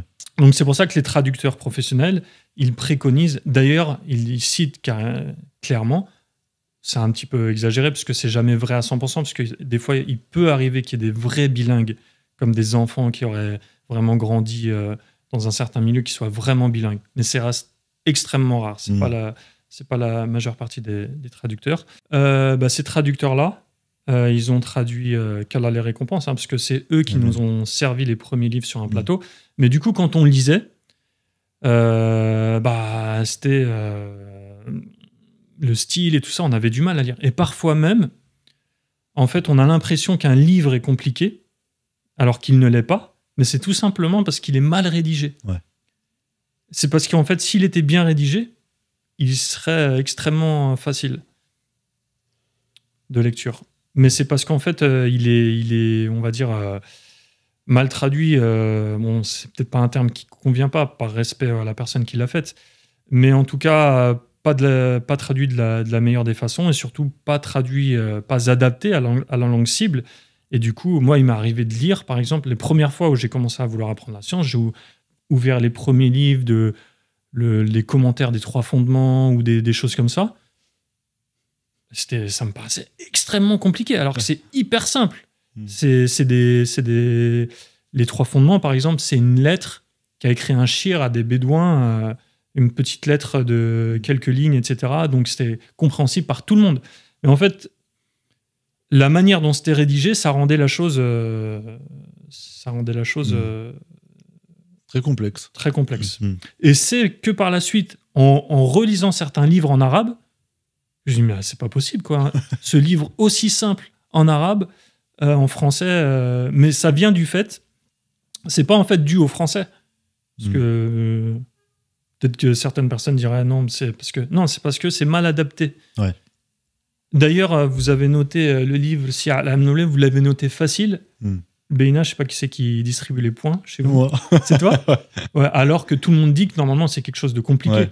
Mais c'est parce que c'est compliqué quand tu le lis en arabe. Mais si tu le lis, si tu dis la traduction finale, fluide, etc., tu te rends compte que ce qu'il y a dedans, voilà quoi, c'est une succession d'anecdotes qui ne sont pas du tout incompréhensibles. Parce qu'en fait, traduire, c'est interpréter, finalement. En fait, moi, je dis toujours qu'il y a un processus dans la traduction qui est l'adaptation, qui est intrinsèque normalement à la traduction. C'est-à-dire que premièrement, tu traduis, peut-être mot à mot, etc., pour te rapprocher de l'idée originale, et ensuite tu adaptes ta traduction. tu adaptes ton texte. Je te donne un exemple simple, je cite souvent. Tu sais, les Marocains, ils disent Salam alaikum, labas alaik. Labas alaik. Tu l'entends? Ouais. Donc, si tu veux si on a les caméras de TF1 qui viennent nous solliciter, etc., qui nous demandent de faire la traduction de cette parole, labas alaik, donc comment la traduire, etc. Donc, littéralement, labas alaik, donc négation, pas. Bes, c'est un mal, pas de mal, alaik, sur toi. Allah, c'est sur, donc sur toi. Pas de mal sur toi. Donc là, j'ai traduit. Pas de mal sur toi. Est-ce que nous, francophones, quand on dit comment ça va, est-ce qu'on dit alors Maxime, pas de mal sur toi aujourd'hui? On dit pas ça, on dit Maxime, comment tu vas? Ouais. Donc est-ce qu'on doit traduire cette labes alek, est-ce qu'on doit dire pas de mal sur toi? Ou alors est-ce qu'on dit comment ça va? Si je dis comment ça va, d'un côté, j'ai trahi un petit peu les mots. Mais si je dis pas de mal sur toi, d'un côté, j'ai traduit un peu la fluidité des propos. Donc c'est le dilemme auquel est confronté le traducteur. D'ailleurs, il y a des termes qui ont été traduits dans notre communauté, qui ont été traduits de l'arabe au français, qui ont été pas traduits de la meilleure des façons, et qui sont restés, et qui sont implantés. Et d'ailleurs, parfois, des traductions qui amènent à des erreurs de compréhension religieuse. L'exemple le plus flagrant que je peux citer, Salat Istikhara, qui est traduit par la prière de consultation. Et donc, c'est faux. C'est pas du tout la consultation, en fait. Istikhara, c'est la demande de bien. Ça vient de khayyara. Donc, c'est demander le bien. Tu demandes le bien à Allah. Tu ne le consultes pas. La consultation, c'est istishara en arabe. Istishara, c'est le fait de shura, c'est le fait de consulter. Mais en aucun cas, tu consultes Allah. Tu lui demandes de décréter le bien dans une affaire. Et donc, cette traduction, elle est, pour le coup, elle est fausse. Parce que c'est une fausse traduction, mais c'est ce qu'ont fait les premières personnes qui ont voulu exprimer l'idée de cette adoration, la prière de demande de bien, elle s'appelle comme ça. C'est pas une prière de consultation. Tu consultes les créatures, mais tu ne consultes pas Allah.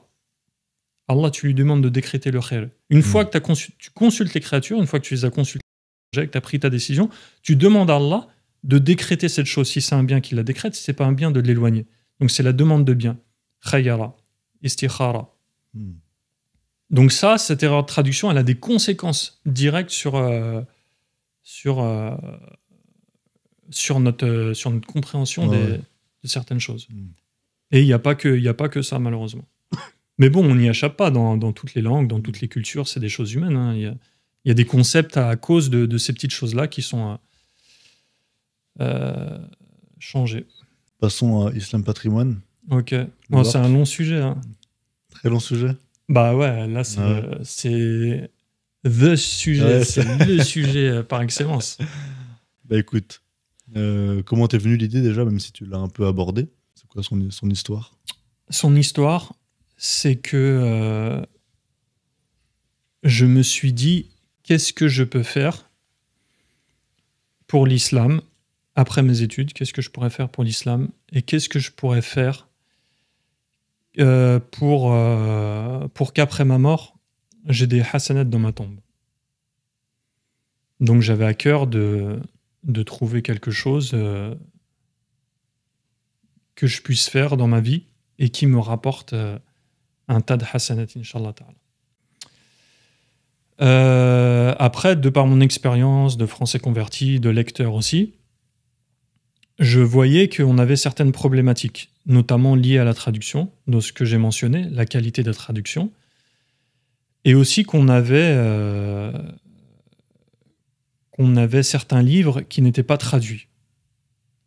Là, par exemple, tout à l'heure, je suis arrivé en avance au dépôt. Donc, j'ai consulté les livres, etc. J'ai fait un tour. Et je le savais déjà, mais je me suis dit, peut-être que j'en parle à Maxime. La plupart des livres qu'on a traduits, c'est des petits livres. Ce sont des petits livres. Et il y a une raison à ça. Ce n'est pas parce que la plupart des livres en arabe sont petits. C'est parce que, techniquement parlant, pour traduire de grands livres, c'est extrêmement compliqué, puisqu'il faut des fonds, il faut du temps, il faut des compétences, etc. Et donc, je me suis dit, ça, c'est une problématique que la communauté musulmane devrait résoudre, parce qu'on a dans notre patrimoine théologique littéraire musulman des ouvrages volumineux, mais qui ne sont malheureusement pas en français, faute de moyens. C'est uniquement ça. La raison, c'est pas des choix éditoriaux, c'est parce que les maisons d'édition n'ont pas les moyens de ça. Pour donner un exemple, notre librairie bien-aimée Al-Beïna, qui est on peut dire la plus grosse librairie islamique de France, le plus gros projet de traduction qui a été fait chez Al-Beïna, c'est le Muwatta de l'imam Malik. Donc c'est un livre qui est pas épais, c'est un gros volume, on va dire. C'est le plus gros projet de traduction. Mais derrière tout ça, on a d'autres ouvrages en arabe qui ne sont pas accessibles aux francophones à cause du fait qu'ils tout simplement ne sont pas traduits. Donc moi, j'ai réfléchi à quelque chose qui pourrait éventuellement solutionner techniquement cette problématique-là, c'est-à-dire de créer un organisme qui aurait pour objectif de récolter des fonds. En fait, c'est un peu ce que j'ai vu au cours de toutes ces années, machallah, au sein de la communauté musulmane. J'ai vu qu'il y avait de l'argent chez les musulmans. On récolte des dizaines de millions d'euros pour construire des mosquées. Des associations humanitaires, elles récoltent des dizaines de millions d'euros pour mener à bien des projets humanitaires, construction de puits, orphelins, etc. Et je me suis dit, cet argent, il est présent, pourquoi de cet argent, on ne prendrait pas une toute petite part pour l'attribuer à un organisme de recherche qui soit consacré à la traduction et qui puisse enfin proposer des ouvrages plus volumineux. Et moi, j'ai toujours été passionné en fait par ça.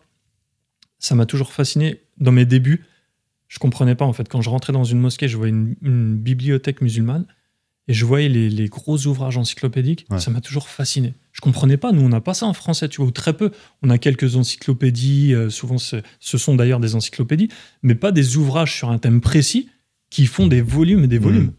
Et ça m'a toujours fasciné jusqu'à ce jour. D'ailleurs, déjà en tant qu'objet, je trouve ça magnifique. Je trouve que c'est beau. Et en plus, derrière, il y a un énorme profit intellectuel. Donc, voilà, mon expérience entrepreneuriale que j'ai vécue plus jeune et même par la suite, mon expérience dans les études des sciences religieuses, etc., m'ont amené à créer cet organisme à but non lucratif. Alors malheureusement, ça a été un échec.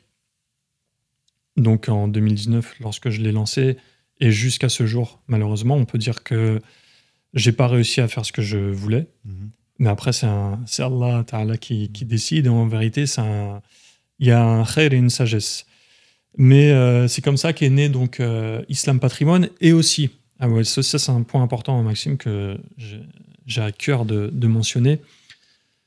J'ai toujours entendu que les traducteurs, ils étaient obligés de se dépêcher dans leurs travaux de traduction la plupart du temps.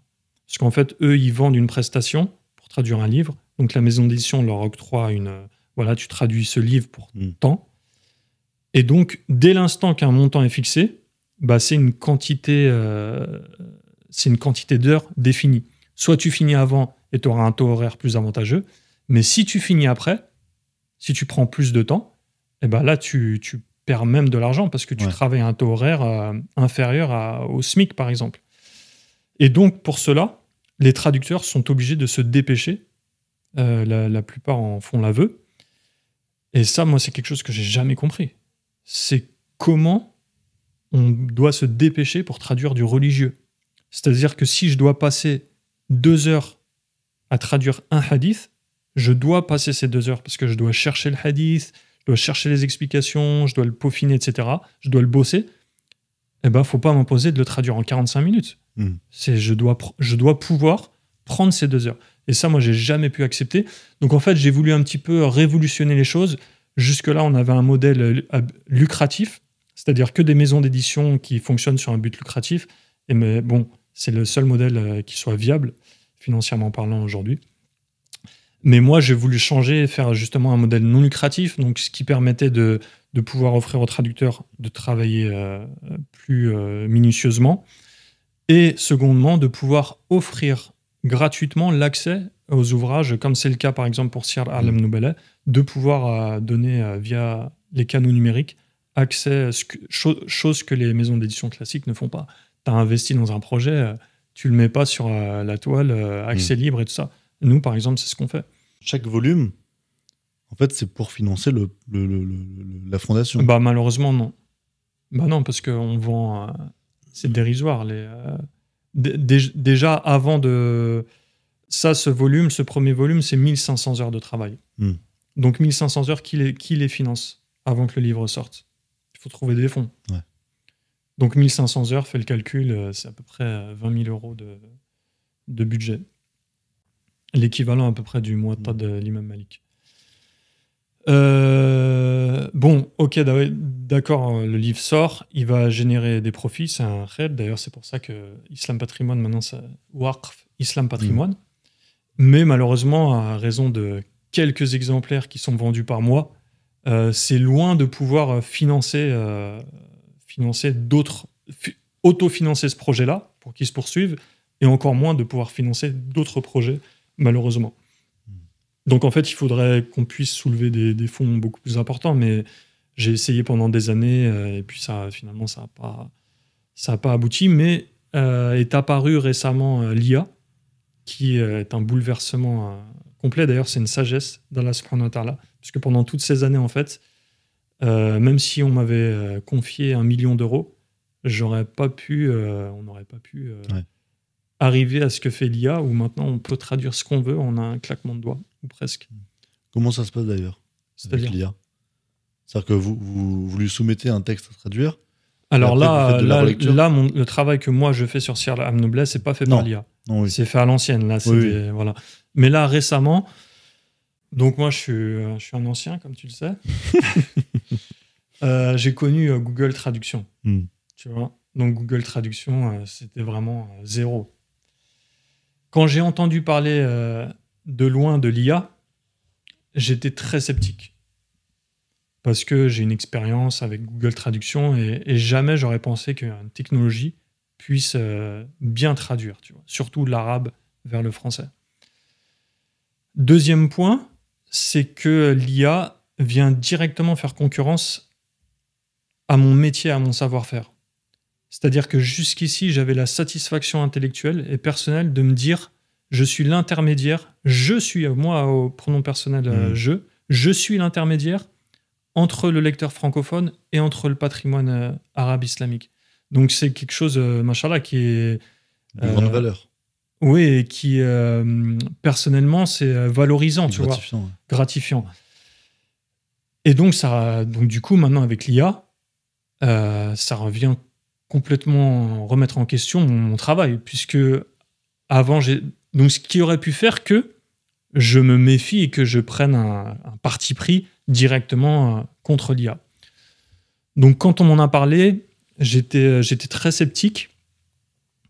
Et puis finalement, j'ai commencé à consulter ce qui était fait récemment. Et je me suis aperçu que c'était presque excellent. C'est-à-dire que maintenant, on est arrivé à un niveau de traduction qui était clairement exploitable et que c'était quelque chose qu'il fallait reconnaître déjà, même si c'est dur. Et moi, je suis le premier concerné. Et pour moi, tu vois, parce que ça, comme je te dis, ça vient directement concurrencer mon métier, mon savoir-faire, tu vois. Mais il faut le musulman, il doit être juste et il doit reconnaître en face de la vérité, il doit la reconnaître.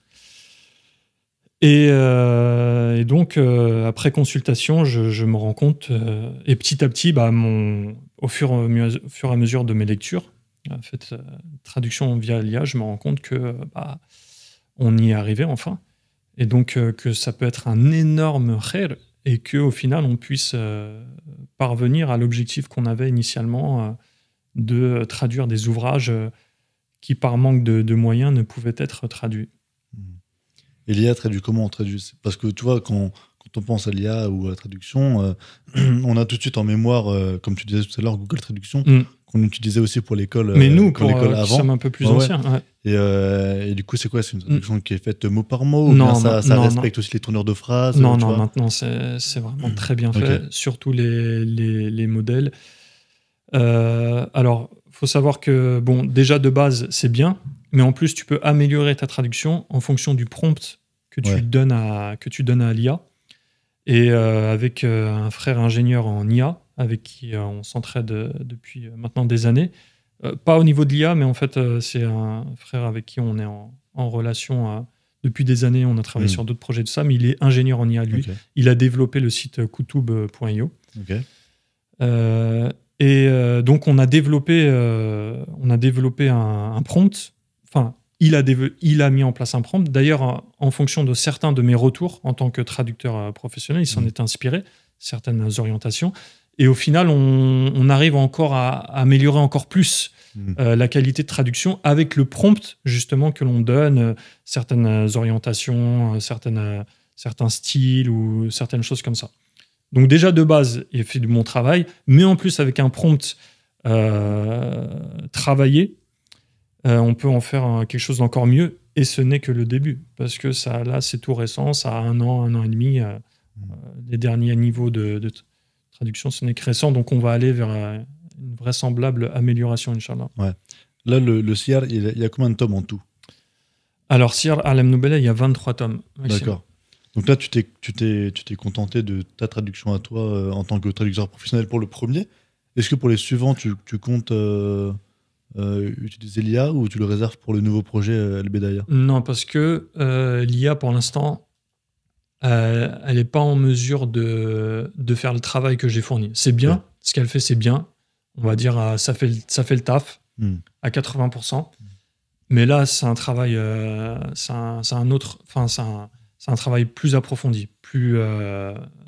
Pour l'instant, là, l'IA... Mais ce que fait l'IA, ça y est, maintenant, c'est clairement exploitable.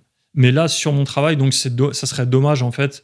De faire un décalage. Voilà, de sortir les autres tomes et que ça ne soit pas au même niveau que le travail que j'ai pu faire sur le premier tome. Okay. Donc, sur ce livre-là, pour l'instant, nous, en tout cas, on décide de... Enfin, on pourrait éventuellement, en attendant que les autres tomes se traduisent, proposer sur le site siyar.fr la traduction via l'IA. Mais ouais, pour l'instant, c'est sur ce projet-là en tout cas. Mais on souhaite. Ça, c'est ton bébé. Pour l'instant, tu te le réserves. Et ouais, c'est mon bébé. Ah, c'est compréhensible. Parce que là, pour l'instant, c'est 5 ans que je travaille sur ce livre. Ouais. Et je suis au quotidien depuis 5 ans sur ce livre. Donc là, c'est ce livre, l'auteur. Vraiment, et puis j'ai évolué et j'ai appris plein de choses, etc. Il faut que je continue, Inch'Allah, ce travail. Est-ce que tu peux nous parler un peu du livre, du coup? Ouais. Alors, Siyar A'lam Nubala, c'est l'encyclopédie biographique la plus célèbre du monde musulman. C'est-à-dire, c'est la référence quand on veut lire sur une personnalité de l'islam, compagnons, tabi'in, les successeurs, les grands imams, etc., même les savants qui sont venus après.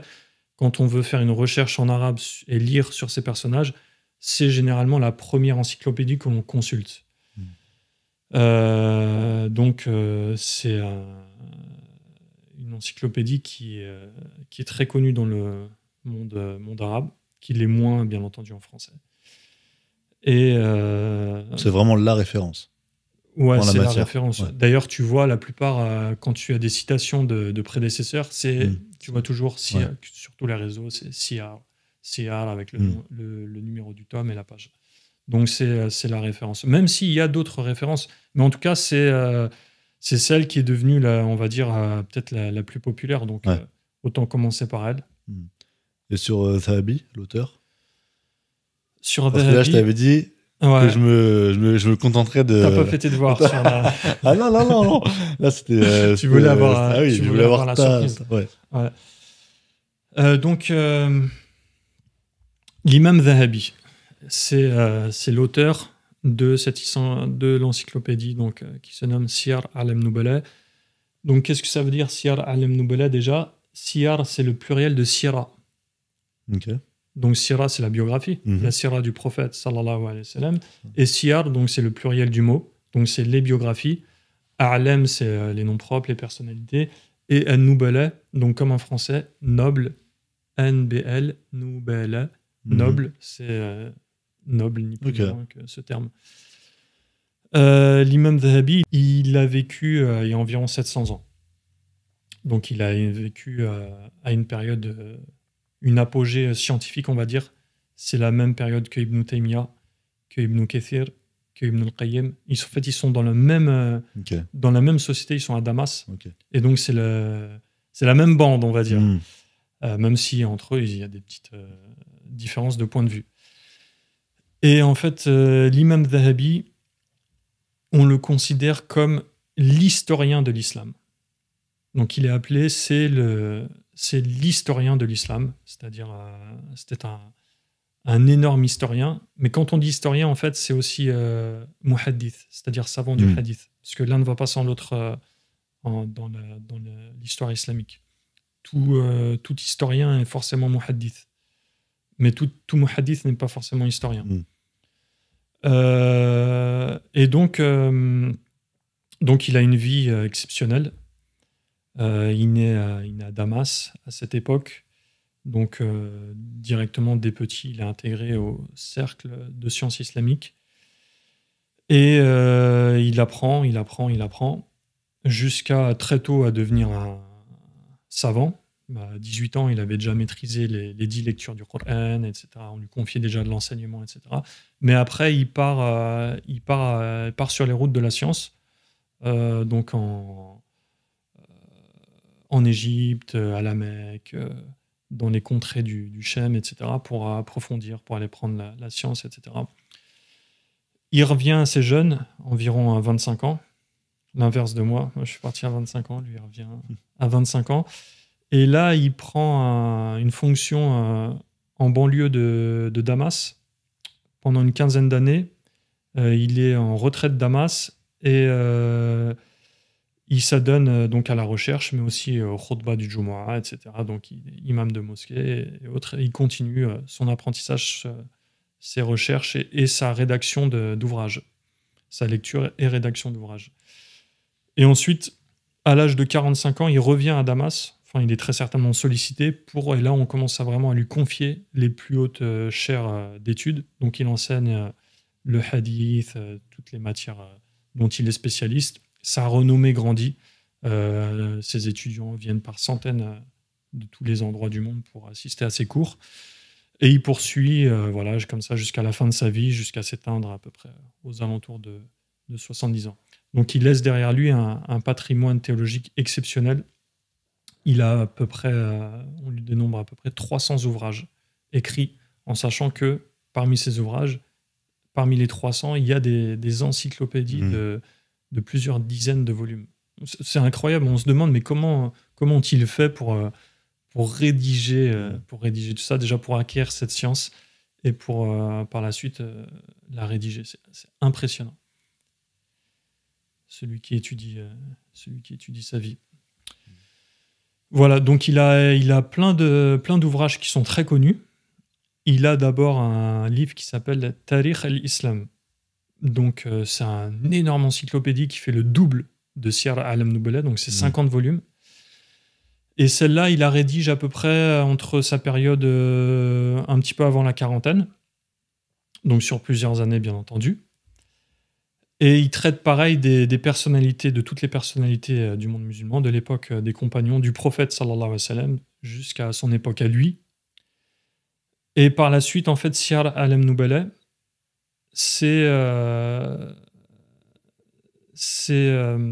comment dire, Siyar A'lam Nubala, c'est mince, j'ai pas le terme qui me vient. C'est pas un résumé de Tarikh al-Islam, c'est ni une adaptation. En fait, si tu veux, dans Tarikh al-Islam, il y a plusieurs dizaines de milliers de personnages, et dans Siyar al-Nubala, il sélectionne les principaux, et il n'en laisse que quelques milliers. C'est le nectar. Le nectar, exactement. Et il écrit pas exactement la même chose qu'il a écrit, parce qu'en fait, ça, Siyar al-Nubala, il l'écrit à la fin de sa vie. Donc à la soixantaine, à l'apogée de sa science. Et il retravaille en fait ce qu'il avait fait précédemment, bien entendu, puisqu'avec 20 ans de plus, il a appris de nouvelles choses. Et ouais, donc il a d'autres ouvrages très connus, machallah. Mais ça tourne toujours autour de... Puisqu'on l'appelle aussi le spécialiste des rapporteurs, parce qu'en fait, il connaissait très bien les personnalités, donc tous les savants. D'ailleurs, il y a un savant, pour parler de lui, il dit, en fait, l'imam Zahabi, on a l'impression que tous les musulmans depuis l'époque du prophète sallallahu alayhi wa sallam étaient mis devant lui, enfin les personnalités principales, devant lui, c'est-à-dire visuellement, et qu'ensuite il se mettait à les décrire. Voilà, c'est comme s'il était tellement savant de tous les hommes de l'islam qu'on avait l'impression qu'en fait il les a tous vus devant lui, et que vu que quand je peux parler d'une personne qui est devant moi, je la décris plus facilement que si elle est loin. C'est impressionnant. Surtout à une époque où c'était complexe. Nous, en fait, on est habitué maintenant à Google, aux outils informatiques, les chercheurs Maktaba Shamila. Donc, en un clic, tu peux faire des recherches, etc. Mais à une époque, et il n'y a pas si longtemps que ça encore, en seconde moitié du XXe siècle, il y avait très peu de livres qui étaient édités. Donc, les chercheurs, ils étaient obligés de voyager, d'aller chercher des manuscrits, de lire dans les manuscrits, etc. Tu vois. Donc ça complique encore les choses, parce que là, aujourd'hui, maintenant, en un clic, tu as accès aux bouquins, ils sont tous imprimés, tout ça. Mais il fut un temps, et il y a quelques décennies encore, ce n'était pas le cas. C'est pour ça que comparer le travail de certains théologiens à une époque et le comparer au travail d'autres théologiens qui ont vécu avec des moyens techniques beaucoup plus aisés, c'est un petit peu c'est pas une injustice, mais il faut pas faire la comparaison en fait, parce qu'ils avaient d'autres moyens. Donc, sur certaines choses, il faut pas leur jeter la pierre, faut plutôt les respecter par rapport à ça. Donc ça, c'est sur le CR. Est-ce qu'il y a un autre livre, un autre projet plutôt en préparation? J'ai lu Al-Bidaya. Ouais, Al-Bidaya wa Nihaya. Donc, mashallah, c'est... En fait, dans chaque matière, tu as un livre encyclopédique vraiment de référence. C'est-à-dire, dans le tafsir du Coran, c'est tafsir al-Qurtubi, on va dire. Bon, il y en a d'autres, bien entendu, mais parmi les plus célèbres, le tafsir de l'imam al-Qurtubi. Voilà, donc dans les biographies, tu as ce livre Siyar A'lam Nubala. Dans les explications de hadith, tu as par exemple l'explication du Sahih al-Bukhari, donc Fath al-Bari, de l'imam Ibn Hajar. Et dans on va dire, l'histoire, dans un livre qui narre l'histoire de l'islam de ses débuts jusqu'à des siècles plus avancés, on a un livre de l'imam Ibn Kathir, donc qui est aussi l'auteur de l'exégèse du Coran. On a un livre connu qui s'appelle Al-Bidaya wa Nihaya, le début et la fin, parce qu'il parle de tout ce qui s'est passé au début, du commencement de la création jusqu'à son époque à lui. Et c'est un livre vraiment exceptionnel. C'est aussi un livre qui est très connu dans le monde arabe. Et maintenant, moi qui lis dans ce livre depuis quelques mois, j'ai lu à peu près, on va dire, plus de 1000 pages dans ce livre. Il est vraiment exceptionnel. Il est vraiment exceptionnel. Par contre, c'est encore une encyclopédie. Donc, alors à traduire, ça aurait été encore pire que Siyar A'lam Nubala, parce que là, tu as plein de noms propres, de noms de lieux, etc. Plein de poèmes et tout. C'est pas infaisable, hein, mais ça aurait demandé des moyens et du temps conséquents.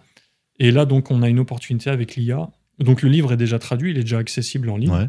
D'ailleurs, j'invite les gens à le consulter parce qu'il est exceptionnel. Mais l'objectif... Sur le site non, il est sur le site de Kutub, kutub.io, okay. Donc qui rassemble l'ingénieur IA qui a créé ce site. Et donc on aimerait bien le voir édité, parce que c'est beaucoup plus agréable de prendre son bouquin et de le lire comme ça plutôt que de lire sur son téléphone, etc. Surtout des pavés comme ça. Mais c'est magnifique. Franchement, c'est le meilleur livre que j'ai jamais lu. À ce point? Ouais. Ah ouais. Ouais, c'est un régal. Ah, franchement, c'est exceptionnel. Bon, après, j'ai mon petit siar, ça c'est particulier, tu vois. Mais franchement, en fait, Al-Bidaya wa Nihaya, ça résume tout. T'as chez toi, t'as le Coran, t'as ce livre, t'as pas besoin d'avoir un autre livre. Okay. Parce que ça parle de tout, en fait. Depuis le début, le commencement, Adam, le commencement de la création, etc. Les anges, la sira du prophète, la sira des 4 califes, ce qui s'est passé les siècles d'avant. Ça parle de la fin des temps, les signes de la fin des temps, ça parle de l'au-delà, ce qui va... En fait, c'est tout l'islam, en fait, résumé en une encyclopédie. Et donc, en ayant ce livre, tu pourrais te passer de tous les autres, en fait. Parce que d'ailleurs, souvent, les livres qu'on a sur les prophètes, souvent, ils sont tirés de ce livre. Les livres des prophètes d'Ibn Kathir, c'est tiré de... D'accord. Même beaucoup vont se référer à ce genre d'encyclopédie, comme ils le font avec Siyar A'lam Nubala. Donc, ce serait bien de l'avoir en français, parce que voilà, c'est extrêmement, extrêmement profitable. Et même pour nous, par exemple, même pour moi, qui suis arabisant maintenant depuis plus de 15 ans, je ne lis pas l'arabe comme je lis le français. C'est-à-dire, moi, quand je lis une page en arabe, j'en lis 3 en français. Je suis beaucoup plus rapide. Oui. Tu vois ? Et donc, du coup, sur des pavés comme ça, pour moi, c'est une aide, en fait, de le lire en français, par exemple. Donc, ça ne profite pas seulement qu'à des non-initiés. Ça profite aussi à des initiés. Et moi, ça me profite. Moi, jamais j'aurais pu me lancer dans la lecture d'un ouvrage aussi volumineux. J'aurais mis des mois de ça. En français, les pages, je les avale. Et pour Siyar, je fais un petit pas en arrière. Est-ce qu'il y a un moment donné où tu t'es dit c'est trop long, ou je vais jamais réussir? Non, jamais. T'as jamais voulu, abandonner ou se dire... Alors en fait, quand j'ai commencé, je savais pas dans quoi je rentrais. J'avais fait un petit peu de traduction ici et là et tout ça, mais je connaissais ni l'ouvrage, enfin je l'avais déjà consulté, etc. Mais je ne savais pas à quoi je m'attendais, donc j'ai découvert le livre en même temps de le traduire. Et c'est un voyage passionnant au quotidien, donc tous les jours, 2 heures par jour dans ce livre. Et chaque jour, je rencontre des nouvelles histoires, des nouvelles anecdotes, des nouvelles découvertes scientifiques aussi. T'as des exemples? Ouais. Oh, je vois Maxime avec des yeux. Là, il a senti les anecdotes croustillantes venir. Tu me connais bien. Grand ses yeux. Alors, je vais prendre une gorgée de mon jus au kiwi. J'en prends une de mon jus à la mangue alors. Vas-y, Maxime, fais-toi plaisir. Du coup, le crousti. Ah ouais, c'était quoi? Ah oui, une anecdote sur les découvertes scientifiques. Je vais pas aller très loin. Je vais juste aller sur le patronyme de l'imam Zahabi. L'imam Zahabi, donc, son nom, il vient d'où? Qu'est-ce qu'il veut dire? Donc c'est connu, Zahab, c'est l'or en arabe. Mais Zahabi, qu'est-ce que c'est en fait quand j'ai cherché en arabe? Donc il dit c'est Amal al-Zahab al-Madqouq. Al-Madqouq, ça vient de Daqqaqa, c'est comme la farine daqiq, c'est-à-dire c'est le concassé, émietté. Donc j'ai cherché, je me suis dit qu'est-ce que peut bien vouloir signifier cela? Parce qu'on n'en trouve pas plus de précision en arabe. Et en fait, de fil en aiguille, je m'aperçois que c'est le métier de batteur d'or. Donc le batteur d'or, ce qu'il faisait, je ne sais pas quel est le terme technique, concassé, il frappait l'or en fait pour l'émietter, pour ensuite en faire des feuilles d'or qui servaient à orner monuments, livres, etc. Donc pour faire ça, il fallait un travail initialement par rapport à ça. Donc ça, c'était le métier de son père. Et donc l'imam Zahabi, le métier de son père, c'était batteur d'or. Donc la traduction de Zahabi, c'est en fait le batteur d'or. Parce que souvent, il prenait le nom de famille, ça pouvait être soit faire référence à un métier, comme c'est le cas ici, soit à une tribu, soit à une contrée, comme Al-Bukhari, par exemple, etc. Et donc ça, en fait, c'est une découverte scientifique parce que je l'ai jamais lu, premièrement. Et même en arabe, je ne l'ai jamais lu non plus. Voilà, on a une description vague Mais on ne sait pas réellement à quoi correspond le métier, en fait. Et à l'époque, quand j'avais fait la recherche, je crois qu'il restait une personne en France qui avait perpétué ce métier traditionnel de batteur d'or dans l'est de la France, il me semble, qui faisait le même métier que le père de l'imam al-Dhahabi. Et donc j'ai fait d'autres découvertes aussi. Il y a vraiment, ça sont diverses et variées. Mais l'histoire des métiers là, c'est quelque chose qui m'a vraiment. En fait, moi, mon travail dans Siyar al-Nubla, c'est d'apporter le livre sur un plateau au lecteur. Mais tout vraiment. Mais sans trop charger, bien entendu. J'essaie au contraire de faire le moins d'annotations possible. Mais en tout cas, de l'amener sur un plateau dans la compréhension. Et ça, c'est un livre ancien, donc c'est un livre dans lequel on a souvent des chaînes de transmission, des noms de rapporteurs.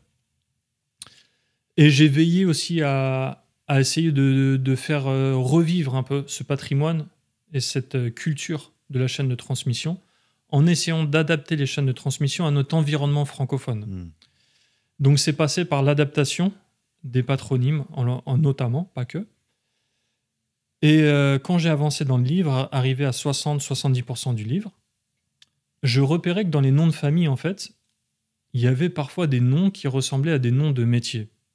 Mais au début du livre, ça ne m'avait pas interpellé plus que ça. Et un jour, il y a vraiment eu quelque chose qui a marqué, qui a été un déclic, et c'était vraiment une grande découverte. Je passe par un rapporteur qui a pour nom de famille El-Qubbayti. C'est dur en arabe, c'est un terme qui est pas trop... sa racine, on dirait que c'est pas trop arabe, etc.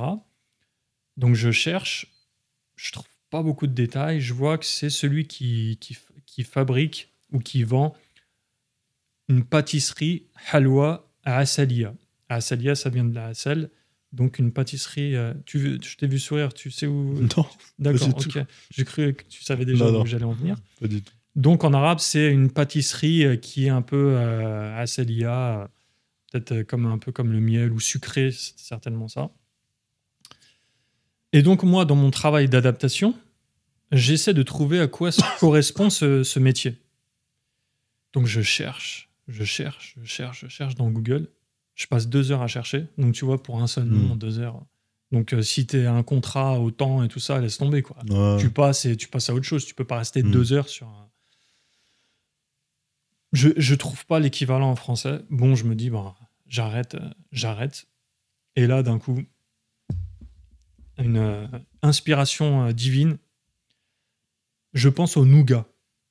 Donc, je tape nougat dans Google, Wikipédia, et je vois que le nougat en arabe, ça s'appelle Qubbayt. Et je vois qu'en fait, l'origine de nougat, ça vient de cette zone géographique du monde, donc le Moyen-Orient. Et que El-Qubbayti, c'était celui qui fabriquait et qui vendait le nougat. Donc c'est le nougatier, en fait. Et quel est l'intérêt de cela? C'est qu'en fait, donc je continue mon travail et je m'aperçois qu'il y a, en fait, il y a beaucoup de noms de métiers. J'en ai répertorié 70 en tout, dans le tome 1. Et donc, je finis le livre. Donc là, je suis à 60-70%. Je finis le livre. Et là, maintenant, j'approfondis les recherches sur chaque nom de famille. En fait, là, ça y est, chaque nom de famille, je me dis, il y a peut-être quelque chose de caché derrière. Et donc, je continue et je fais plein d'autres découvertes. Des noms de métiers peu communs de l'époque, des métiers qui sont disparus, etc. Et donc, à chaque fois aussi, ça m'amène à chercher... au Moyen-Âge ou à cette période-là, c'était quoi l'équivalent dans notre société, le nom du métier, etc. Donc, pour l'adapter encore en français. Et donc, je finis le livre, machallah, et j'ai donc collecté une vingtaine ou une trentaine de noms. J'en fais part à des collègues étudiants, même à certains chouyours et tout ça. Ils me disent « Ah ouais, machallah, c'est très passionnant et tout ça. » Arrive la relecture du livre. Donc, quand je finis le livre, avant de l'imprimer, il faut que je fais la relecture générale. Et donc, je reprends le livre de zéro, mais avec une autre vision, tu vois, avec beaucoup plus d'expérience, donc 3 ans après, etc. Et je me rends compte qu'en fait, au début, plein de noms m'avaient échappé, et donc je reprends depuis le début. Et au final, j'ai collecté presque 70 noms en rapport avec des métiers. Et en fait, quel est l'intérêt de tout ça? On pourrait dire, les métiers, on s'en fiche un peu, quoi. Mais en fait, je pense que c'était des aides-mémoires pour nommer une personne en particulier. Parce qu'en fait, à chaque fois, ce nom de métier, il désigne la plupart du temps qu'un seul rapporteur. Et c'est des noms de métiers un peu particuliers, comme le nougatier. Je te parle du nougatier, tu l'oublieras jamais, Maxime. Ouais. Le jour où tu vas voir le nougatier dans un truc, tu pourras jamais l'oublier. Et ainsi de suite. Le batteur d'or, c'est pareil. Tu ne pourras jamais l'oublier. Mais si je te laisse le nom en arabe, tu vas le lire, tu n'y attrapes aucune importance. Par contre, si je te l'adapte en français, ça va te mettre des... Et je pense que les rapporteurs de hadith et les transmetteurs de hadith et les savants du hadith, c'était des moyens mémotechniques pour se souvenir précisément. Parce que là, direct, tu l'as filé au nougat. Le nougatier, c'est fini, tu l'oublies jamais. Le batteur d'or, etc. Donc là, j'en ai 70. Et donc, c'est un travail, vous pouvez le consulter dans l'index des métiers. Et j'ai un ami, un cheikh marocain, que j'ai reçu une fois, il m'a rendu visite chez moi. Et je me suis amusé, en fait, je lui ai parlé de ça, et je me suis amusé à le questionner, en fait, sur les noms. Je lui ai parlé de mon index des noms de métiers, il était énormément content. Et je me suis amusé à le questionner sur la signification des métiers, que tu ne peux savoir qu'après recherche. Donc, il y avait certains, et il est très sachant, très savant, machallah, il y avait certains dont il avait connaissance, mais beaucoup, c'est moi qui lui ai dit, en fait, à quoi correspondait ce métier, tu vois. Et il me regardait avec... il apprenait, en fait. Ouais. Il était vraiment content pour dire que même un lecteur arabophone, en lisant le livre en arabe, il ne pourrait pas comprendre. Ouais. Donc, en fait, c'est pour ça que moi, je sers le livre sur un plateau. Et c'est pas fini, parce que donc là, je travaille dans le tome 2 depuis un an maintenant. Ouais. J'en suis à peu près à un tiers du tome 2. J'entame le tome 2.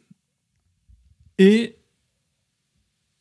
dans le tome 2, je vois des surnoms. Donc c'est autre chose. Là, on est dans les patronymes qui fait référence au nom de métier. Et dans le tome 2, je repère des surnoms.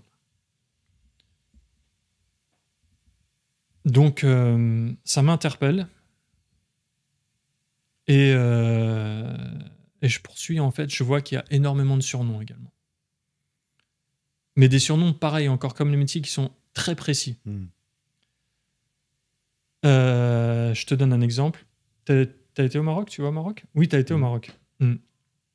Tu sais, avant le Jumu'ah, ils lisent un petit rappel pour dire aux fidèles de se taire, d'écouter l'imam, etc. Et ils citent un hadith. Et ils citent la chaîne de transmission, ce hadith. An Abi Zinad, an il-A'raj, an Abi Hurayra, et ils citent le hadith. Et en fait, par exemple, dans cette chaîne de transmission-là, ces trois rapporteurs-là, c'est trois surnoms. Abu Zinad, en fait, il ne s'appelait pas Abu Zinad, c'est pas sa kunya, c'est pas le nom de son fils, c'est un surnom. Zinad, en fait, c'était un esclave, et Zinad en arabe, c'est les deux morceaux de bois dont on se sert pour allumer un feu. Okay. On frotte le bois et tout ça. Donc très certainement, il devait être chargé d'allumer les feux, etc. D'ailleurs, il n'aimait pas ce surnom. Ouais. Anil A'raj, Al-A'raj, c'est le boiteux. Et pareil, Al-A'raj, t'en trouves qu'un, c'est lui, le boiteux. Donc ce savant-là, boiteux, tu peux pas l'oublier à travers son nom. Et Abu Hurayra, comme on sait, Hurayra, c'est une petite chatte. Et donc sur cette chaîne de transmission-là, t'as trois rapporteurs.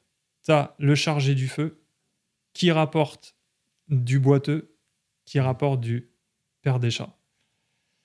Et du coup, pareil, donc là maintenant, je fais attention. Parce qu'avant, je me contentais de transcrire littéralement dans Abu Zinad, j'allais pas plus loin. J'écrivais Abu Zinad en arabe, mais non, maintenant, quand je vois qu'il y a une petite piste et que c'est très certainement un surnom, je recherche sur ce personnage et sur la signification de son surnom pour pouvoir l'adapter en français. Mais je garde quand même le nom initial pour les deux.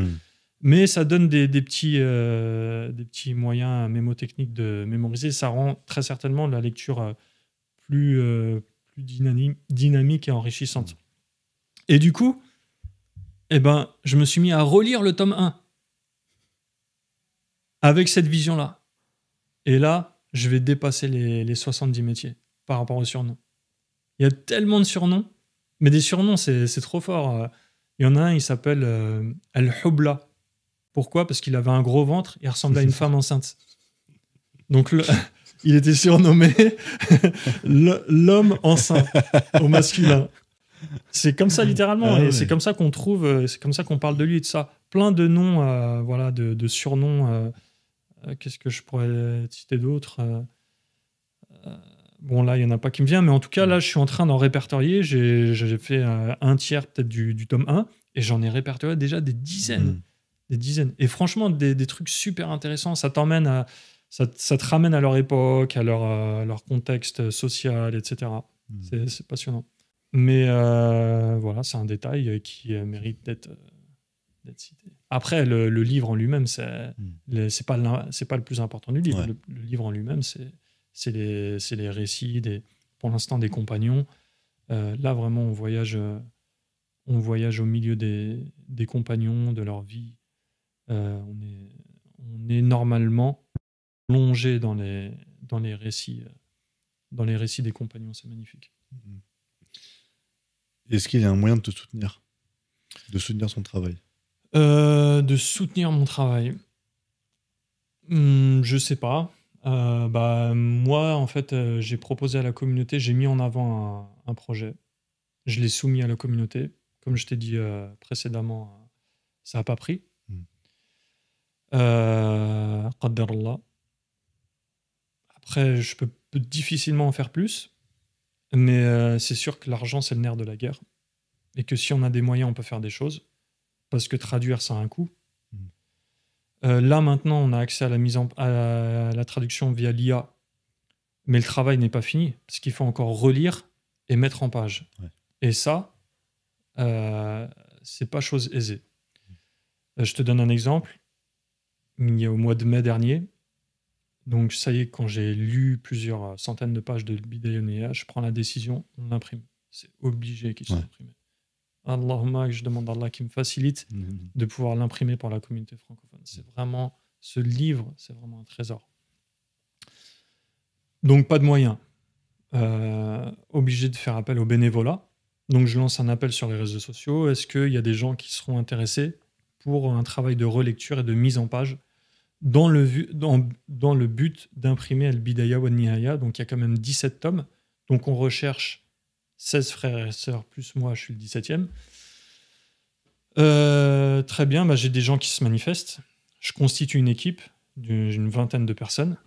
Mais je vois malheureusement toutes les limites du bénévolat, parce que c'est un travail trop fastidieux, c'est trop lourd à faire. Et au final, sur une vingtaine de bénévoles, j'ai qu'un frère qui a pu avancer conséquemment. Donc là, on est quasiment au point de départ. Et en fait, ce qu'il nous faudrait, c'est des fonds pour qu'on puisse rémunérer des Tullab al-Ilm, des étudiants en sciences, qui puissent faire cette relecture et cette mise en page du livre. Mais sans fonds, c'est pas possible, parce que les gens, ils ont tous une activité professionnelle, et ils ont tous des... Puis faire un truc de quelques heures, ok, mais là, on parle d'une relecture complète de 500 pages ou quelque chose comme ça, donc c'est extrêmement compliqué. Et où est-ce qu'on peut faire un don, du coup? Islam Non, c'est préférable de nous contacter pour qu'on puisse orienter en fonction du profil, etc. Vous êtes présent sur tous les réseaux? On essaie. Derrière le vous, en fait, c'est moi. Oui. Donc, en plus de... C'est moi qui gère les pages, c'est moi qui fais la traduction, c'est moi qui fais pas mal de choses. Bon, j'ai d'autres frères et sœurs qui m'aident sur certains points précis, je les en remercie. Mais le gros du truc, c'est en plus de moi, de mon activité professionnelle que je mène à part.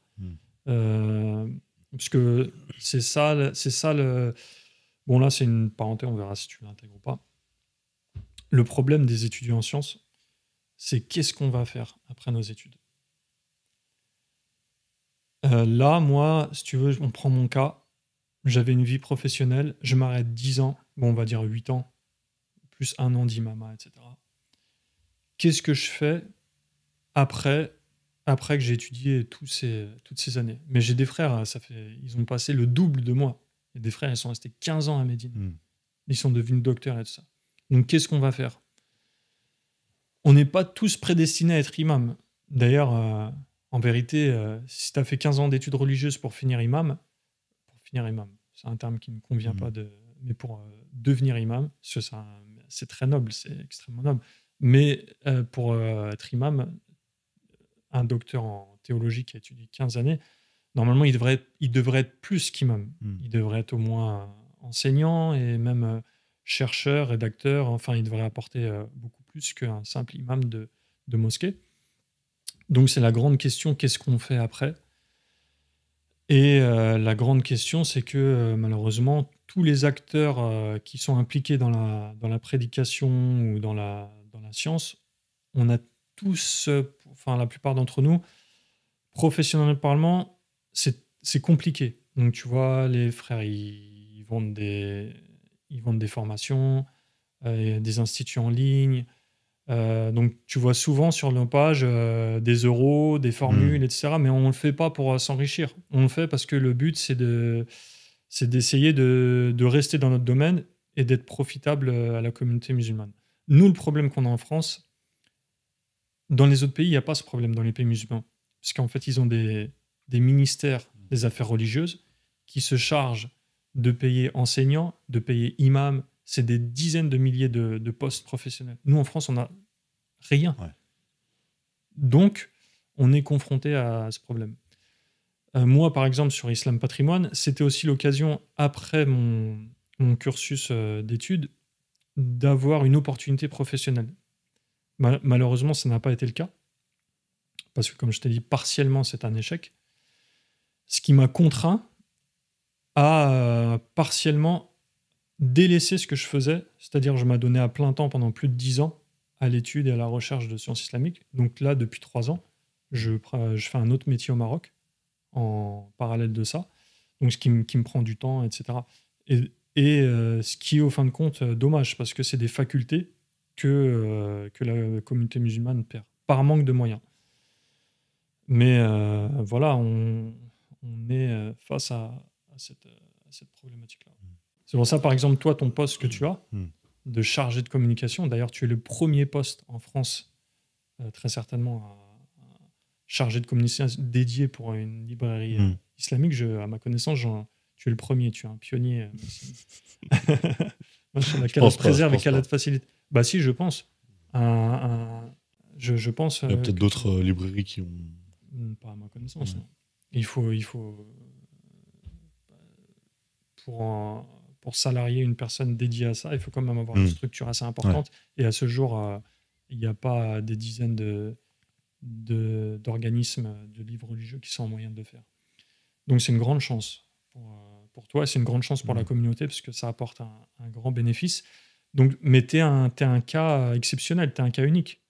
Et en fait, il faudrait idéalement qu'il y ait plus de postes dans ton genre qui puissent être dédiés vraiment à ça pleinement. Parce que quand tu es père de famille, quand tu as des obligations professionnelles qui sont autres que ceci, pour gérer ça en parallèle, ça commence à se compliquer. Et ben voilà. On l'a fait finalement, malgré cette... C'est pour parler... Ouais. Non, mais très très intéressant. Hein. Franchement, là, j'en sors vraiment grandi. Et puis bon, je vais travailler après sur le montage. Donc, je vais réécouter. D'accord. Donc, Puis surtout, j'ai pu mettre enfin une image sur cette voix que j'entendais. Maxime. C'est vrai que tu m'avais jamais vu. Et je pense que les auditeurs sont nombreux à s'imaginer à quoi ressemble Maxime à force de t'entendre. Il faut qu'il vienne ici sur le fauteuil pour... tu devrais prendre la place ou tourner la caméra vers toi. Non, pas pour le moment. Regarde, Renaud des éditions Sarrazin. Oui, j'ai vu. D'ailleurs, nous saluons notre camarade Renaud que nous affectionnons. D'ailleurs, il avait fait un post sur le nougat, il me semble. C'est moi qui lui ai transmis. Ah, d'accord. Ouais. Ok, bon. Voilà. Okay. Parce que je me suis dit, en fait, voilà aussi l'utilité, par exemple, de mon travail. Des frères comme Renaud, machallah, c'est vraiment quelqu'un que j'apprécie énormément. Ou comme Bilal. Ils ne sont pas pleinement arabisants. Pourtant, ce sont des gens très prolifiques, très bénéfiques pour la communauté musulmane de par leurs écrits et leurs recherches. Donc moi, regarde sur cette comment on appelle ça, le terme ne me vient pas. sur cette collaboration, peut-être, on pourrait dire. Bref, j'ai découvert quelque chose, une découverte scientifique, de par mes compétences à moi. Et je l'ai donné, je l'ai contacté Renaud, et je lui ai dit, voilà, je suis sûr que cette chose-là pourrait vous intéresser. Effectivement, ça l'intéressait, il a écrit ça. Donc, ça vient de... Ce qu'il a écrit, ça vient de ça. Donc, il en a bénéficié. Voilà. Mais chacun, il a sa part. Donc, moi, j'ai fait les recherches, j'ai fait la découverte. Et ensuite, je savais que lui, il allait le vulgariser d'une meilleure manière que moi. Et ses canaux sont plus importants que les miens. Donc, autant qu'on travaille main dans la main de pair, et que je fasse des choses pour lesquelles je suis compétent et que lui fasse des choses pour lesquelles il est compétent. Et au final, ça donne quelque chose de bien.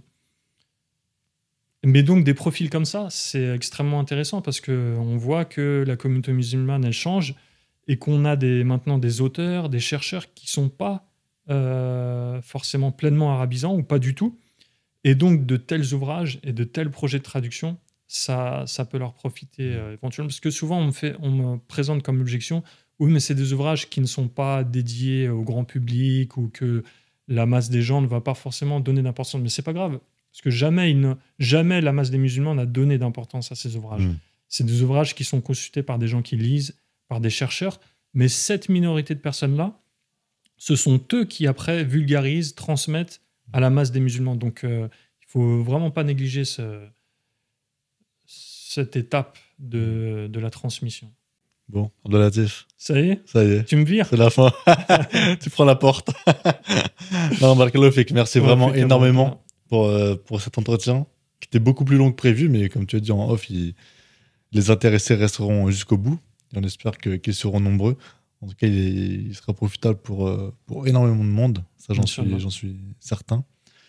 Je rappelle à tous nos éditeurs que l'entretien est également disponible en format podcast sur Al Bayna Podcast, sur toutes les plateformes. Ça, j'aurais dû le dire au début, parce qu'une fois qu'on arrive à la fin, on a vu la vidéo, donc il n'y a plus d'intérêt. Mais pour les prochaines fois, ouais, pour les prochaines fois, en voiture, etc. Bien sûr. Est-ce que tu aurais un mot de la fin ? Non. Au revoir. Au revoir. Salam alaikum. Comme ça, c'est bon. Barakallahu fik. C'est réglé.